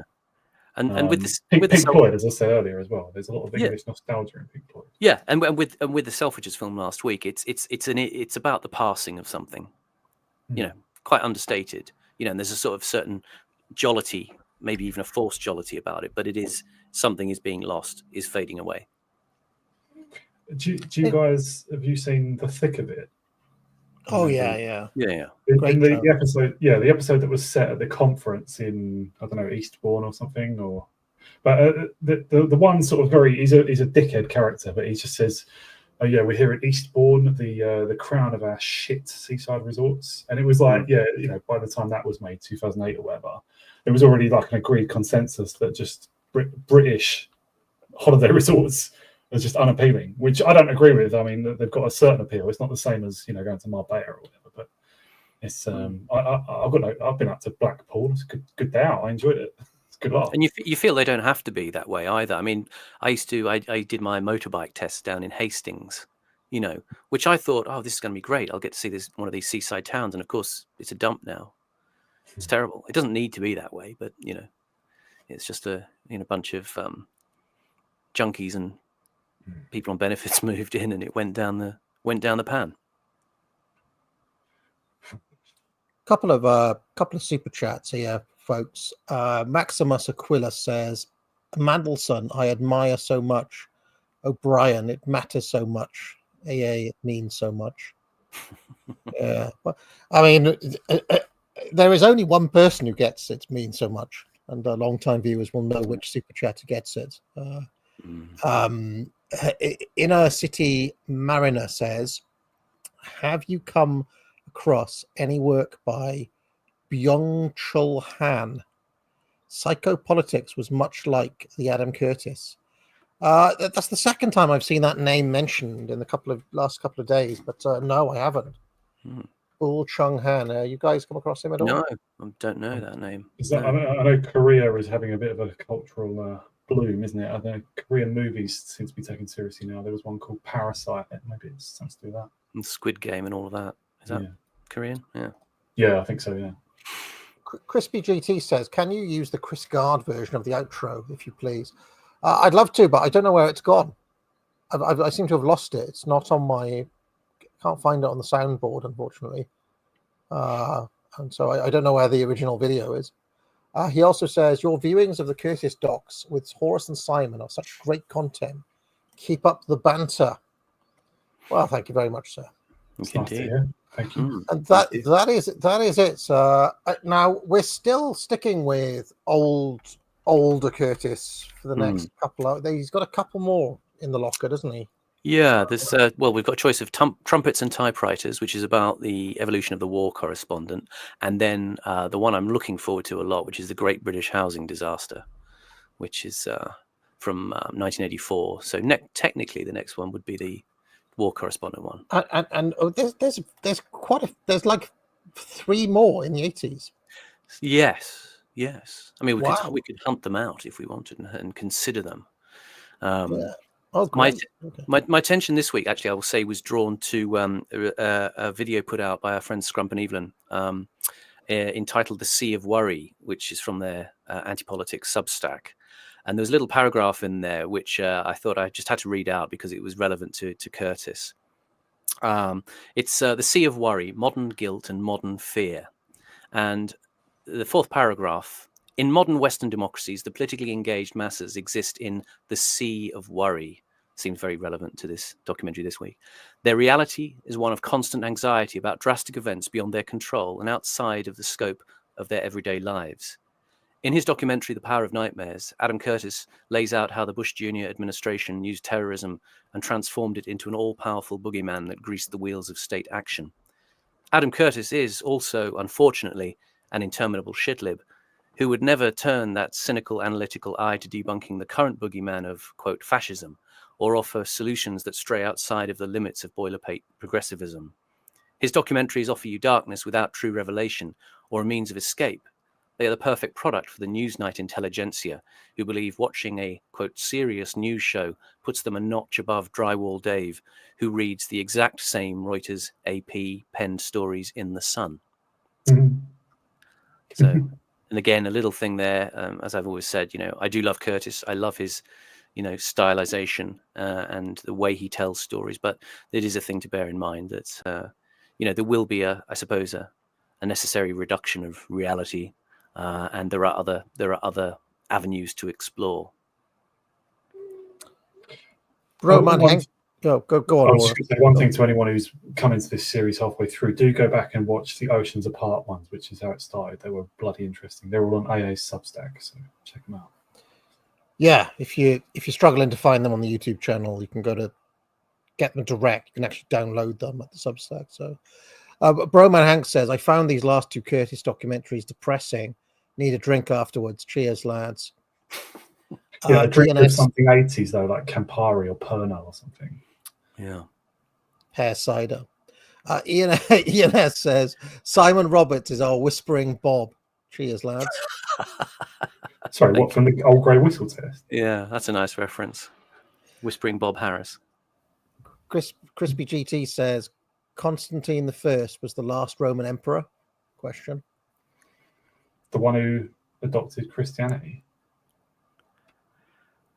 I don't want to get into that whole debate again. That was actually Apostolic Majesty's origin story, because I had a debate on Unpopular Opinions with him, Sargon. I can't remember who was on my Marcus, side. I think might have been there. I basically argued that the Roman Empire ended when the Western Roman Empire fell, whereas Sargon and AM argue that it goes on until the fall of Constantinople in 1453, i.e. that the Byzantine Empire, was still the Roman Empire. If I remember correctly, I think the last emperor before the fall of Constantinople was Constantine X. I think that's right. Yeah. I mean, I don't know. I just think that the Byzantine Empire is a different beast. You can say it's almost like saying, I don't know. It's hard to think of an equivalent, but it's clearly just a different thing. So I take the view that it's a different, not just a different thing, a different people, like literally a different people, which is a point that Oswald Spengler makes as well. The safest strategy is just to block the name Constantine from your mind, and everything will be better. All right. Do pick up a course at the Academic Agency. Where can people find you, Simon? At Simon__Roberts on Twitter. Thanks very much for watching today. And Horace, where can people find you, sir? Yeah, my Substack's below the video, or I'm at Infinite Horus on Twitter. Fantastic. Last minute super chat. Son of Winter, we're all a bit like Denethor looking into a Palantir. Yes, or quite literally looking into Palantir. Peter's Palantir, which we're all data points on now. Even that symbology has been taken away. All right, by the forces of the techno bro. Bye, everyone. What goes on in this town is none of your business. As long as I'm living here, it is. Then maybe you shouldn't be living here! Well, that's easily fixed.